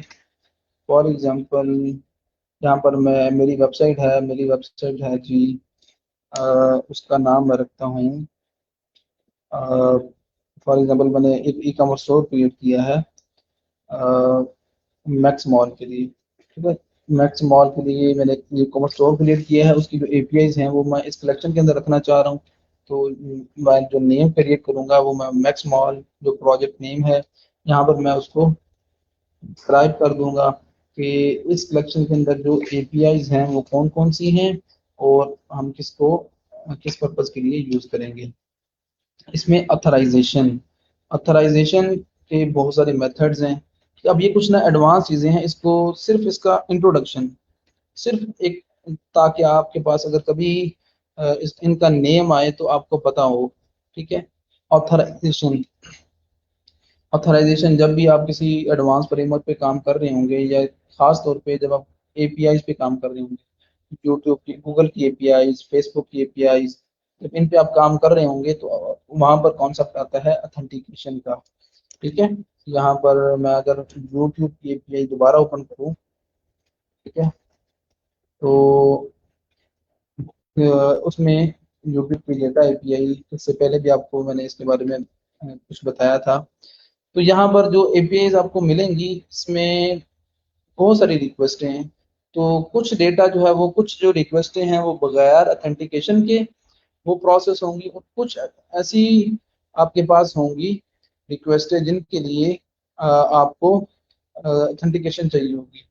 ठीक है। फॉर एग्जांपल यहाँ पर ये यूट्यूब की एपीआईज हैं सारी सब्सक्रिप्शन वाली। Retrieve a list of subscription activities, मतलब ये जो एपीआई है इसका सिर्फ इंट्रोडक्शन मैं आपको बता रहा हूँ। और इसके बैकएंड पे जो कॉन्सेप्ट मैं देना चाह रहा हूँ वो ऑथराइजेशन का, अथेंटिकेशन का। ये जो सारे ओ ऑथ 1.0 2.0 ये सारे जो ऑथराइजेशन के मेथड्स हैं इनके बारे में बताना चाह रहा हूँ कि जब आप एक्चुअली एपीआई पे काम कर रहे होते हो, खासतौर पे गूगल की और फेसबुक की एपीआई पे, तो बहुत सारी ऐसी एपीआई होती हैं जिनमें आपको ऑथराइजेशन या अथेंटिकेशन जो है वो रिक्वायर्ड होती है। फॉर एग्जांपल ये एक एपीआई है, ठीक है, जिसमें क्या है कि आप यूट्यूब के किसी भी चैनल के सब्सक्रिप्शन जो उसके सब्सक्राइबर्स हैं उनकी लिस्ट गेट कर सकते हो। ठीक है, फॉर एग्जांपल मेरा एक चैनल है, ठीक है, तो मैं अपने चैनल पे जितने भी सब्सक्राइबर्स हैं उनकी डिटेल जेसन की फॉर्म में मैं ले सकता हूँ इस यूट्यूब डेटा एपीआई के थ्रू। ऑब्वियसली यहाँ पर सब्सक्राइबर मेरे चैनल के हैं, तो एक कॉमन सेंस आती है यहाँ पर कि भाई मेरे सब्सक्राइबर की डिटेल आप नहीं ले सकते, मेरे अलावा कोई भी अनऑथेंटिक जो यूजर है वो उसको वो चीज़ नहीं मिल सकती, क्योंकि मेरे सब्सक्राइबर हैं तो उनकी इंफॉर्मेशन मेरे पास ही होनी चाहिए। तो यहाँ पर ये एक ऐसी रिक्वेस्ट है जिसके लिए आपको ठीक है ओ ऑथ 2.0, ठीक है, गूगल ओ ऑथ 2.0 ये ऑथेंटिकेशन रिक्वायर्ड होगी। जब आपने इस रिक्वेस्ट को करना है एग्जीक्यूट, इसमें आप वो सारी डिटेल दोगे, ठीक है, तो जब आप एग्जीक्यूट करोगे सबसे पहले वो ऑथेंटिकेट करेगा। ठीक है, ये ऑथेंटिकेशन है। ये जो ऑथराइजेशन का कॉन्सेप्ट है ना, ये ओ ऑथ 1.0 और बहुत सारे और भी तरीके मेथड्स हैं, इनमें से एक जो है वो यहाँ पर मैं आपको बता रहा हूँ ओ ऑथ 2.0। अब यहाँ पर वो मुझे ऑथेंटिकेट कर रहा है, ऑथेंटिकेशन वो मेरे से पूछना चाह रहा है कि भाई आप सबसे पहले बताओ तो सही कि आप हो कौन। ठीक है, आप अपनी ईमेल जो है ना उसको लॉगिन करो।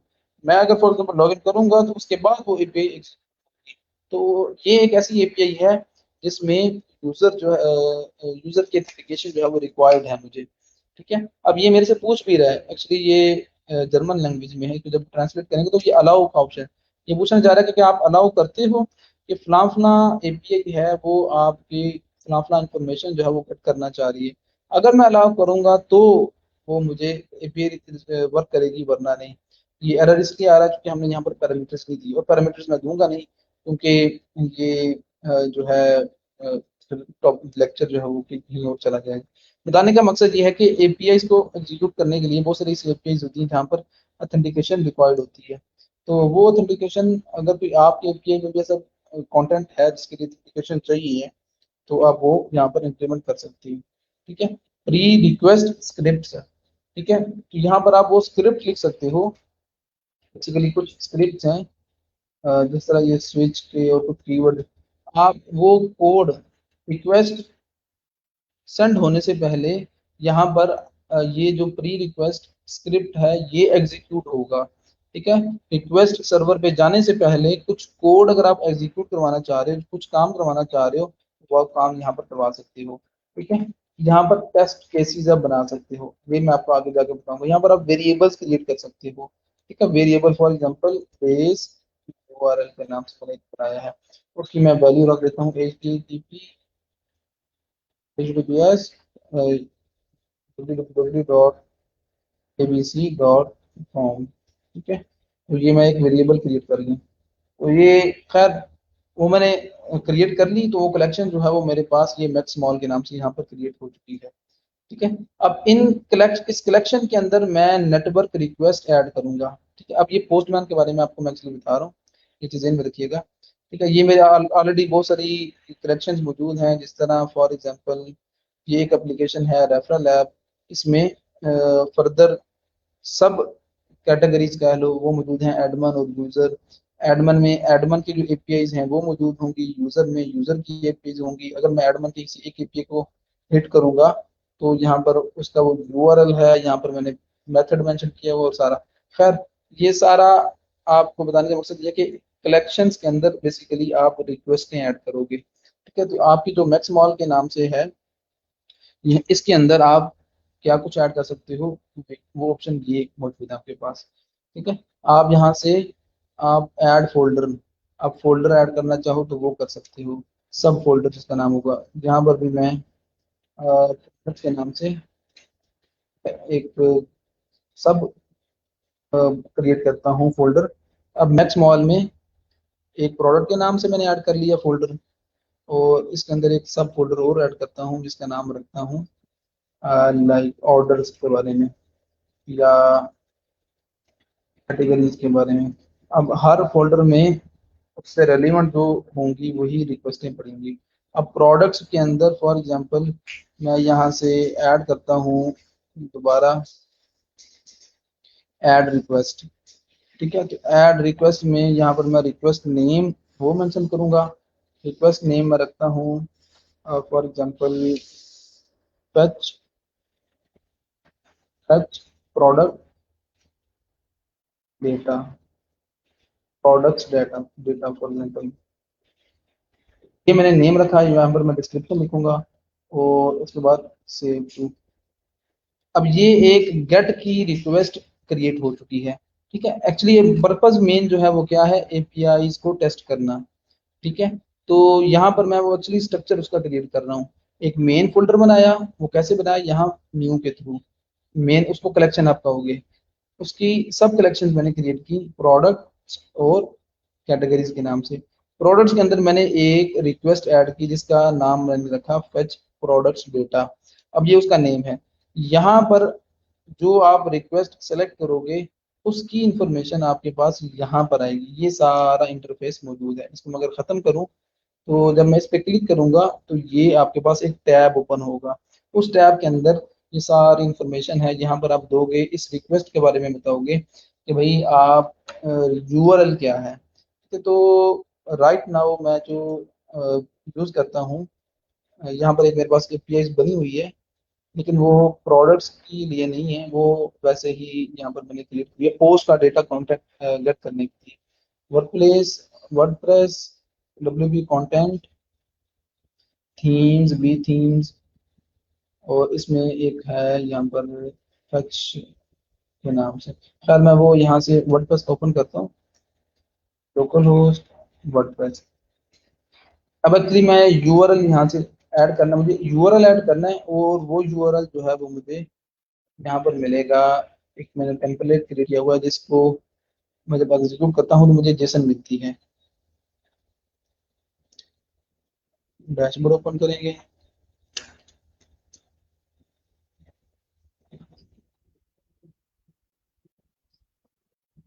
डैशबोर्ड ओपन हो गया। इसमें पेजेस की मैं एक पेज मैंने क्रिएट किया था, एक कस्टम पेज टेम्पलेट था बेसिकली। वो था फेच पोस्ट डेटा, शायद ये था। जब इसको मैं व्यू करता हूँ तो मेरे पास शायद ये जैसा, हाँ जैसा मिल रही है। अब ये जो यूआरएल है जिसको हिट करने से मुझे ये जेसन मिल रही है। ठीक है, अब ये यहाँ पर आप देखोगे तो आपको वो जो कंटेंट है बड़ा अजीब सा नजर आ रहा है, कोई फॉर्मेटेड नहीं है। ठीक है, अब ये आपके सामने ही है इसका जो स्ट्रक्चर किस तरह का है। मैं इसका, इस एपीआई का, इस कस्टम पेज टेम्पलेट का यूआरएल मैं कॉपी करूंगा और यहाँ पोस्टमैन के अंदर यहाँ पर मैं उसको ऐड कर दूंगा।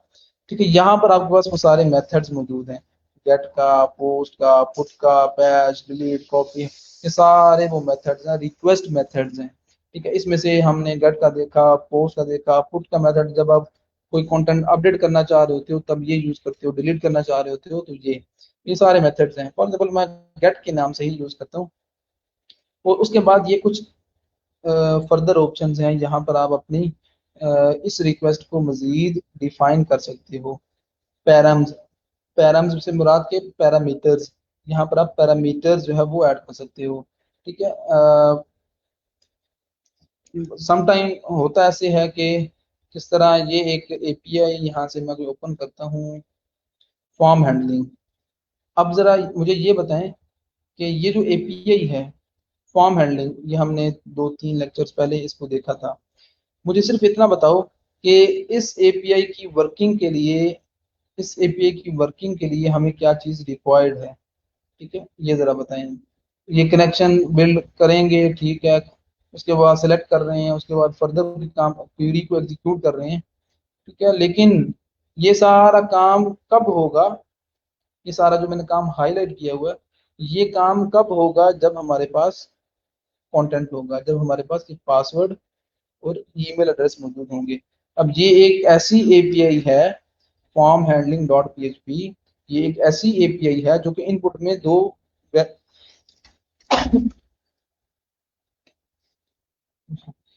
इनपुट में जो ये दो वैल्यूज दे रही है। मतलब ये कि इस एपीआई को जब आपने हैंडल करना है, इस एपीआई की जब आपने टेस्टिंग करनी है, तो टेस्टिंग के लिए आप इस एपीआई को यहाँ पर ईमेल एड्रेस और पासवर्ड दोगे, तो ही ये जो एपीआई है ये बाकी फर्दर काम करेगी।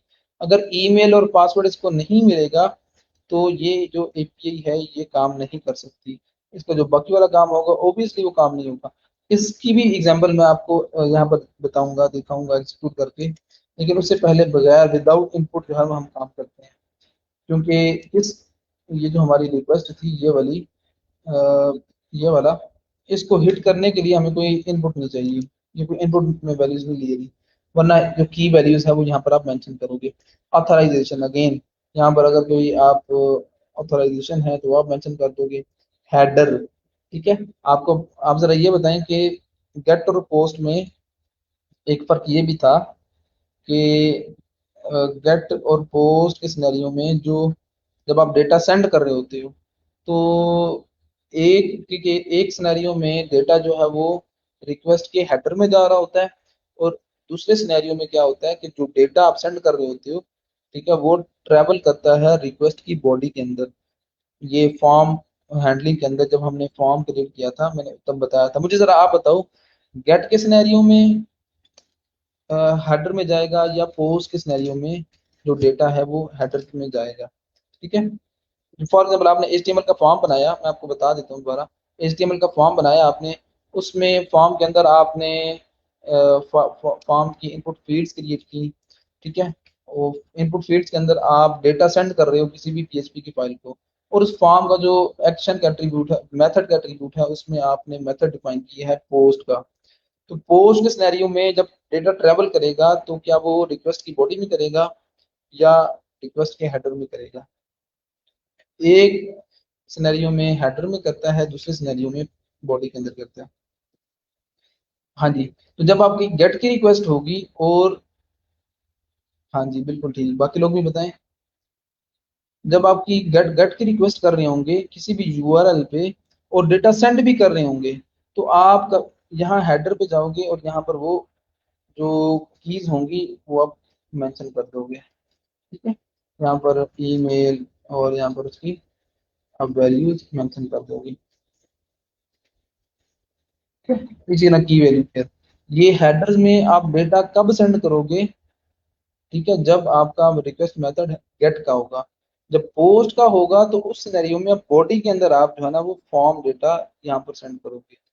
यहाँ पर आप नेम और यहाँ पर ABC, ये मैं खैर काम करके दिखाता हूँ आपको, तब आपको इसकी अच्छी समझ आएगी। अब अभी फिलहाल हमें ना हेडर में जा रहा है डेटा, ना बॉडी के अंदर डेटा जा रहा है, क्योंकि इस रिक्वेस्ट के लिए किसी भी तरह की इनपुट की ज़रूरत नहीं है। हम इसको सेंड करेंगे और हमारे पास यहाँ पर रिस्पॉन्स आ जाएगा। यहाँ पर आपके पास रिस्पॉन्स आ रहा है, तो ये जो रिस्पॉन्स है, ठीक है, ये रिस्पॉन्स आपको इसके लिए फॉर्मेटिंग आप मल्टीपल वे में कर सकते हो।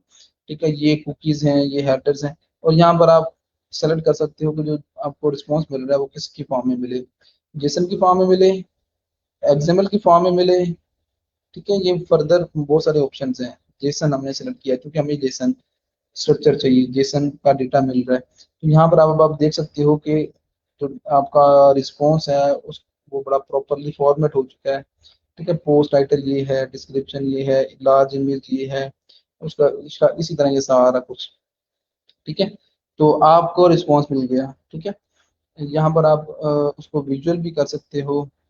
ठीक है, और शायद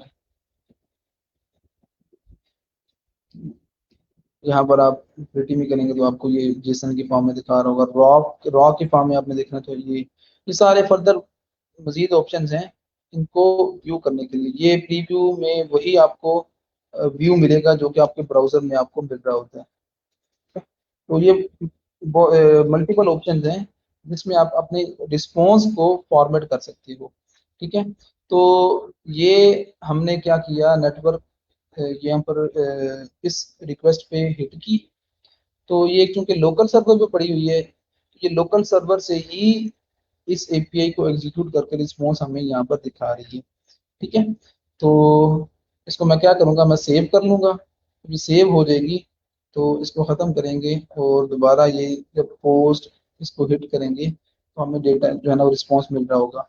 अब ये एपीआई की टेस्टिंग किस तरह हुई, ये टेस्टिंग इस तरह होगी, फॉर एग्जांपल मैं बैकएंड डेवलपर हूँ, आप फ्रंट एंड डेवलपर हो, मैंने ये एपीआई डेवलप की है, इसका यूआरएल मैं कॉपी करके आपको सेंड कर दूंगा। ठीक है, बल्कि सेंड करने की भी जरूरत नहीं है। यहाँ से एक बड़ा जबरदस्त इसका फीचर ये भी है कि यहाँ से इस पे क्लिक करके किसी भी कलेक्शन को आप शेयर कर सकती हो। ये बड़ी जबरदस्त चीज है। इससे क्या है कि आप एक लिंक क्रिएट करोगे, ठीक है, ये लिंक आप किसी को भी सेंड करोगे, किसी को भी सेंड करोगे, तो भाई पूरी की पूरी जो कलेक्शन है वो शेयर हो जाएगी अगले बंदे के पास।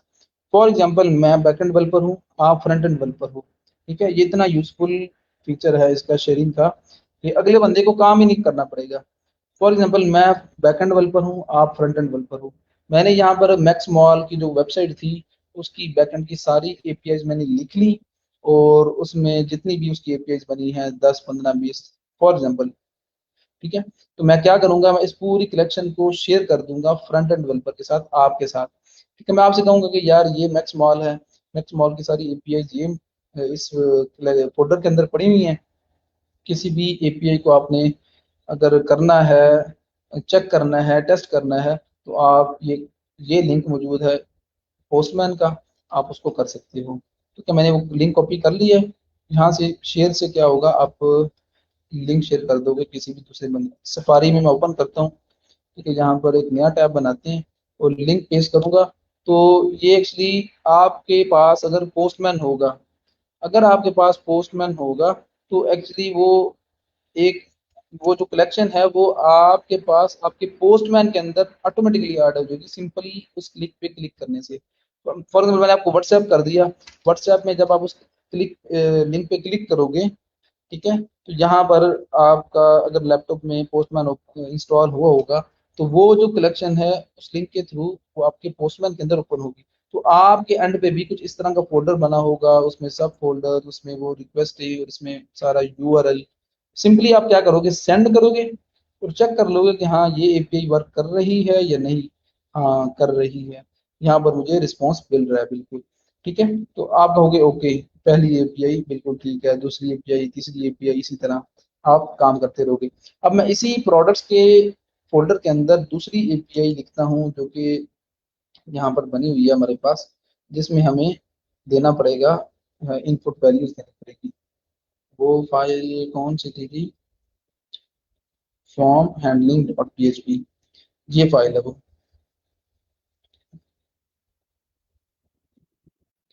हाँ जी बिल्कुल, डेटा सिक्योर नहीं होता आपका गेट के सिनेरियो। अच्छा, अब इस एपीआई को हमने टेस्ट करना है जिसका नाम है फॉर्म हैंडलिंग डॉट पीएचपी। ठीक है, इसका जो यूआरएल है, इसका जो यूआरएल है, इसका यूआरएल क्या बनेगा बाय द वे, आप जरा बताएं। ये जो फॉर्म हैंडलिंग डॉट पीएचपी है ये एक्चुअली वर्क प्लेस के अंदर मौजूद है, और वर्क प्लेस जो है इसका पाथ आपके सामने है, जैम, एचटीडॉक्स और फिर वर्क प्लेस। मुझे सिंपली इस form handling dot PHP file का जो पाथ बनेगा वो जरा बताएं, ताकि वो मैं यहाँ पर हिट करूँ तो मेरे पास वो एक यूआरएल मेरे पास मौजूद है।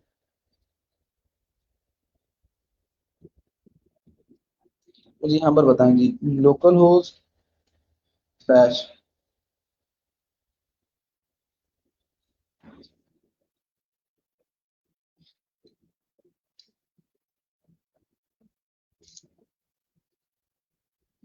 बताएंगे। इसमें और बड़ी ज़बरदस्त चीज़ें हैं वो मैं आपसे शेयर करूंगा। इससे पहले जरा आप तो हाँ लोग, हाँ जाहिद महमूद के अलावा और कोई बताइए।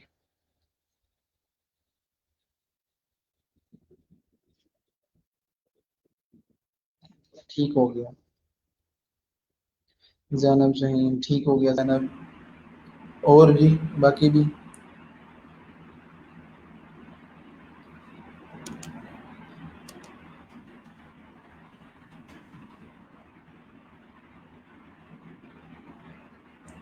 अरूसा ठीक हो गया, आपने भी ठीक बताया। अब मैंने इस एपीआई को टेस्ट करना है, जीएनआज ठीक हो गया। अच्छा, इस एपीआई को मैंने टेस्ट करना है, तो यूआरएल ओबियसली जो आपने बताया वही होगा। यहाँ पर लोकल होस्ट, वर्क प्लेस, और उसके बाद यहाँ पर फॉर्म हैंडलिंग डॉट पी। ये यूआरएल है। इसको जब मैं हिट करता हूँ ब्राउज़र में, तो यहाँ पर आ रहा है email address is not set. ठीक है, तो इस यूआरएल को मैं कॉपी करके, ठीक है, इस यूआरएल को अब मैं बैकएंड डेवलपर हूँ, तो मैं मुझे पता है कि यूआरएल ये वाला है, उसको मैं पोस्टमैन में जाके ऐड करूँगा। फॉर एग्जांपल प्रोडक्ट्स की कैटेगरी के अंदर ही मैं इसको रखता हूँ। ठीक है, तो इसमें ऐड रिक्वेस्ट, एक और रिक्वेस्ट। तो यहाँ पर मैं ये जो हमारी एपीआई थी बाय द वे, ये थी शायद लॉगिन के लिए। In user exist, user does not exist, ये लॉगिन की एपीआई थी।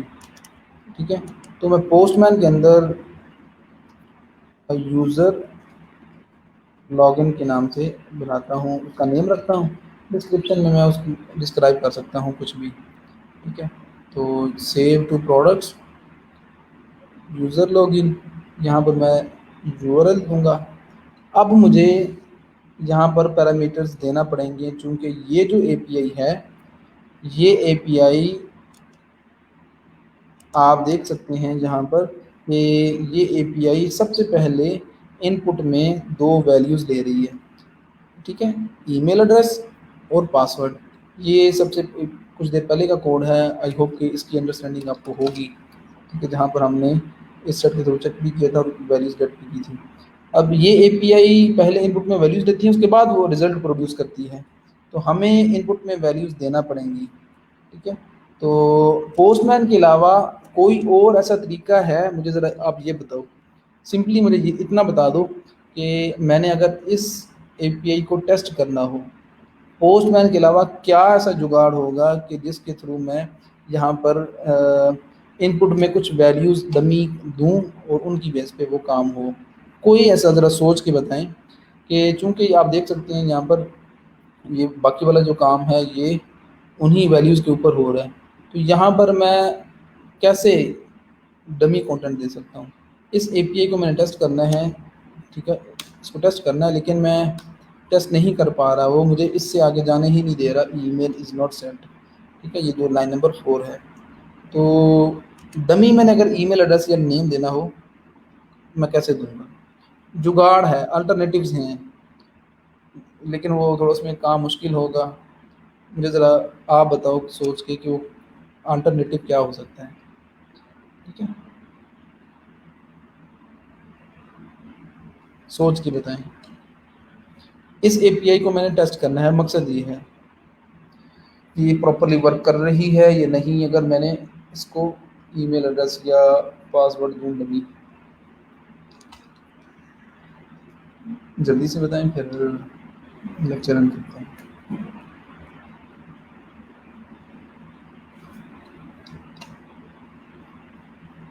एनीवन जी, कोई गेस तो करे।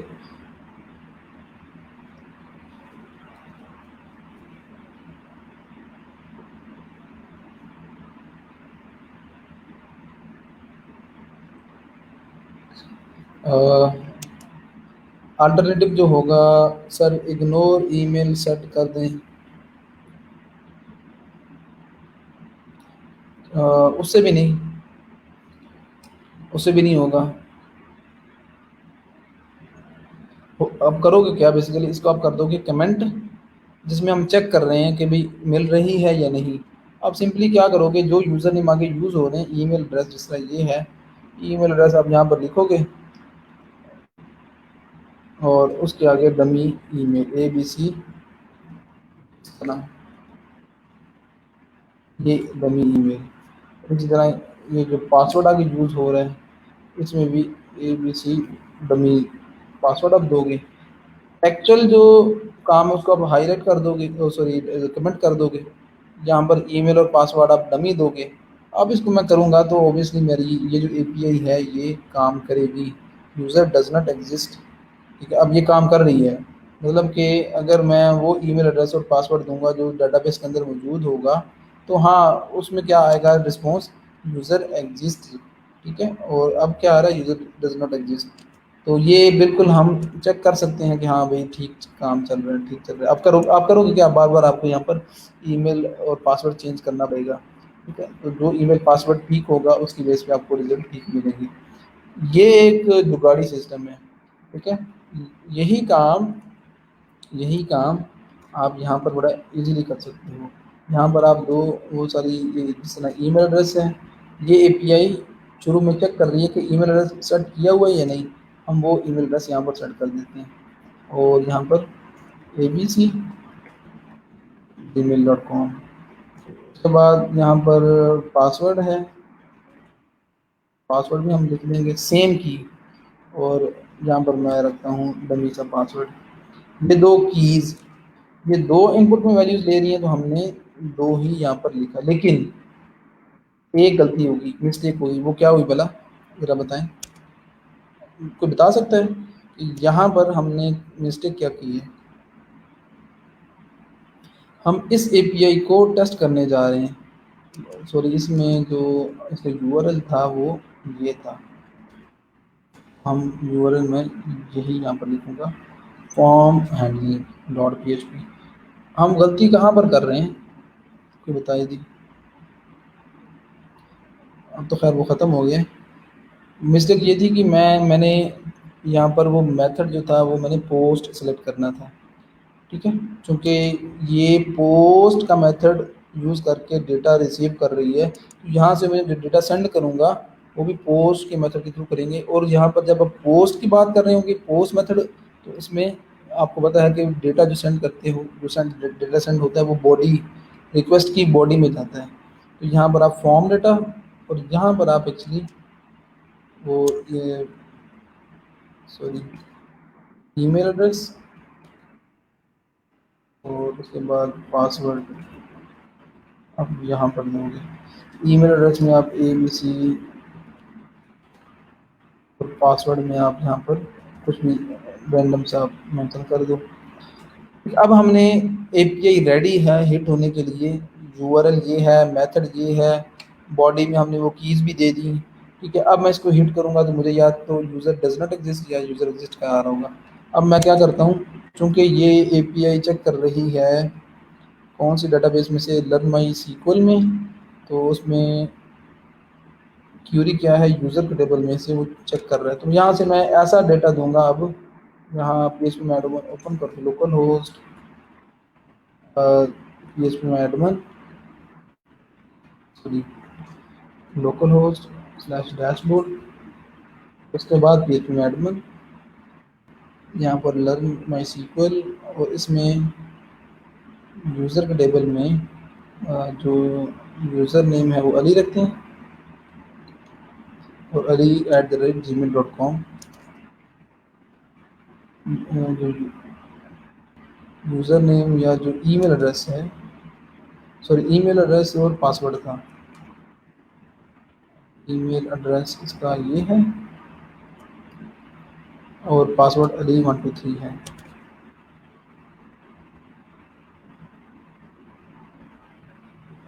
ali123, ठीक है। अब ये ईमेल और ये पासवर्ड दिया, ठीक है।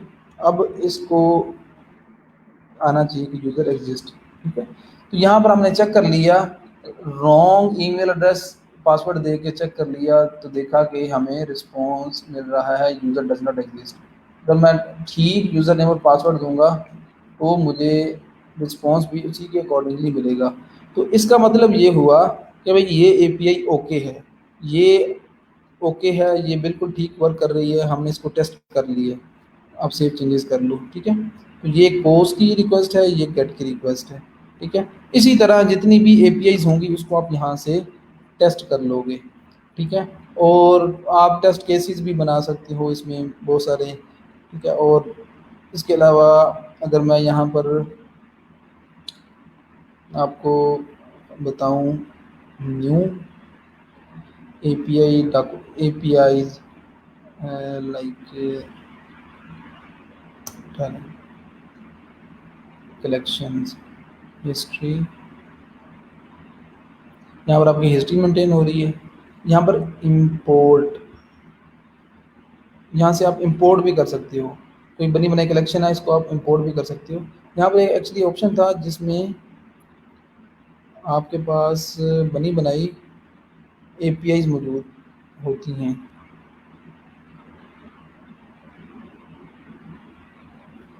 बनी बनाई ओपन सोर्स यहाँ पर लाइब्रेरीज मौजूद थी, देखना पड़ेगा वो ऑप्शन कहाँ पर गया।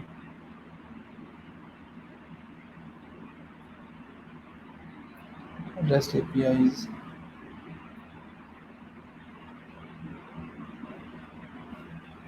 है,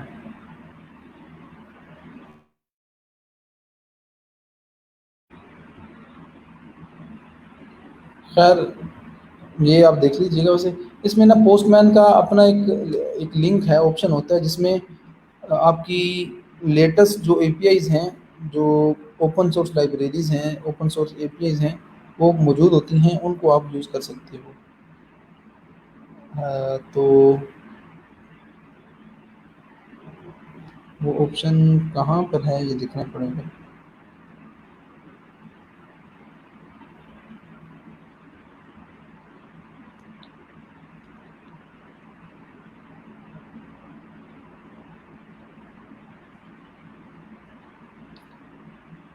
हम्म,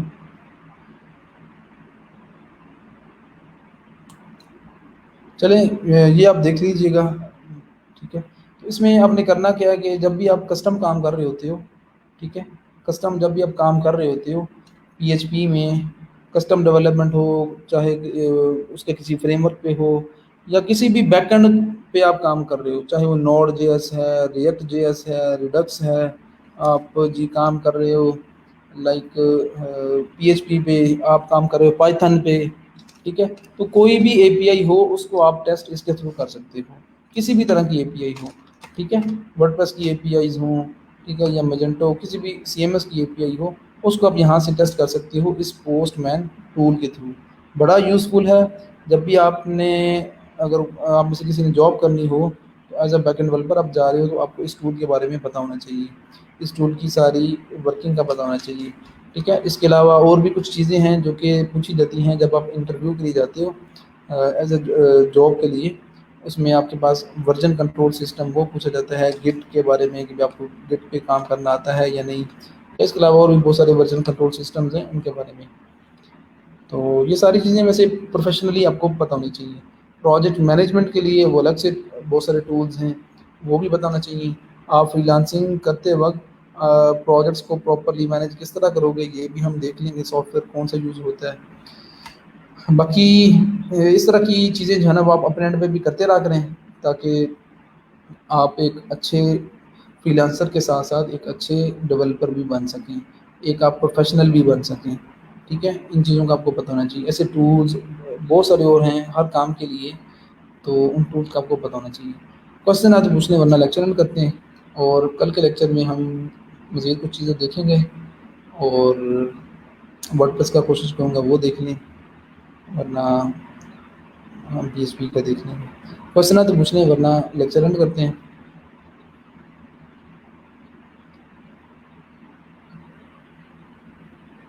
आप लोग यार, हाँ, अपनी प्रोफाइल को भी सेट कर लो।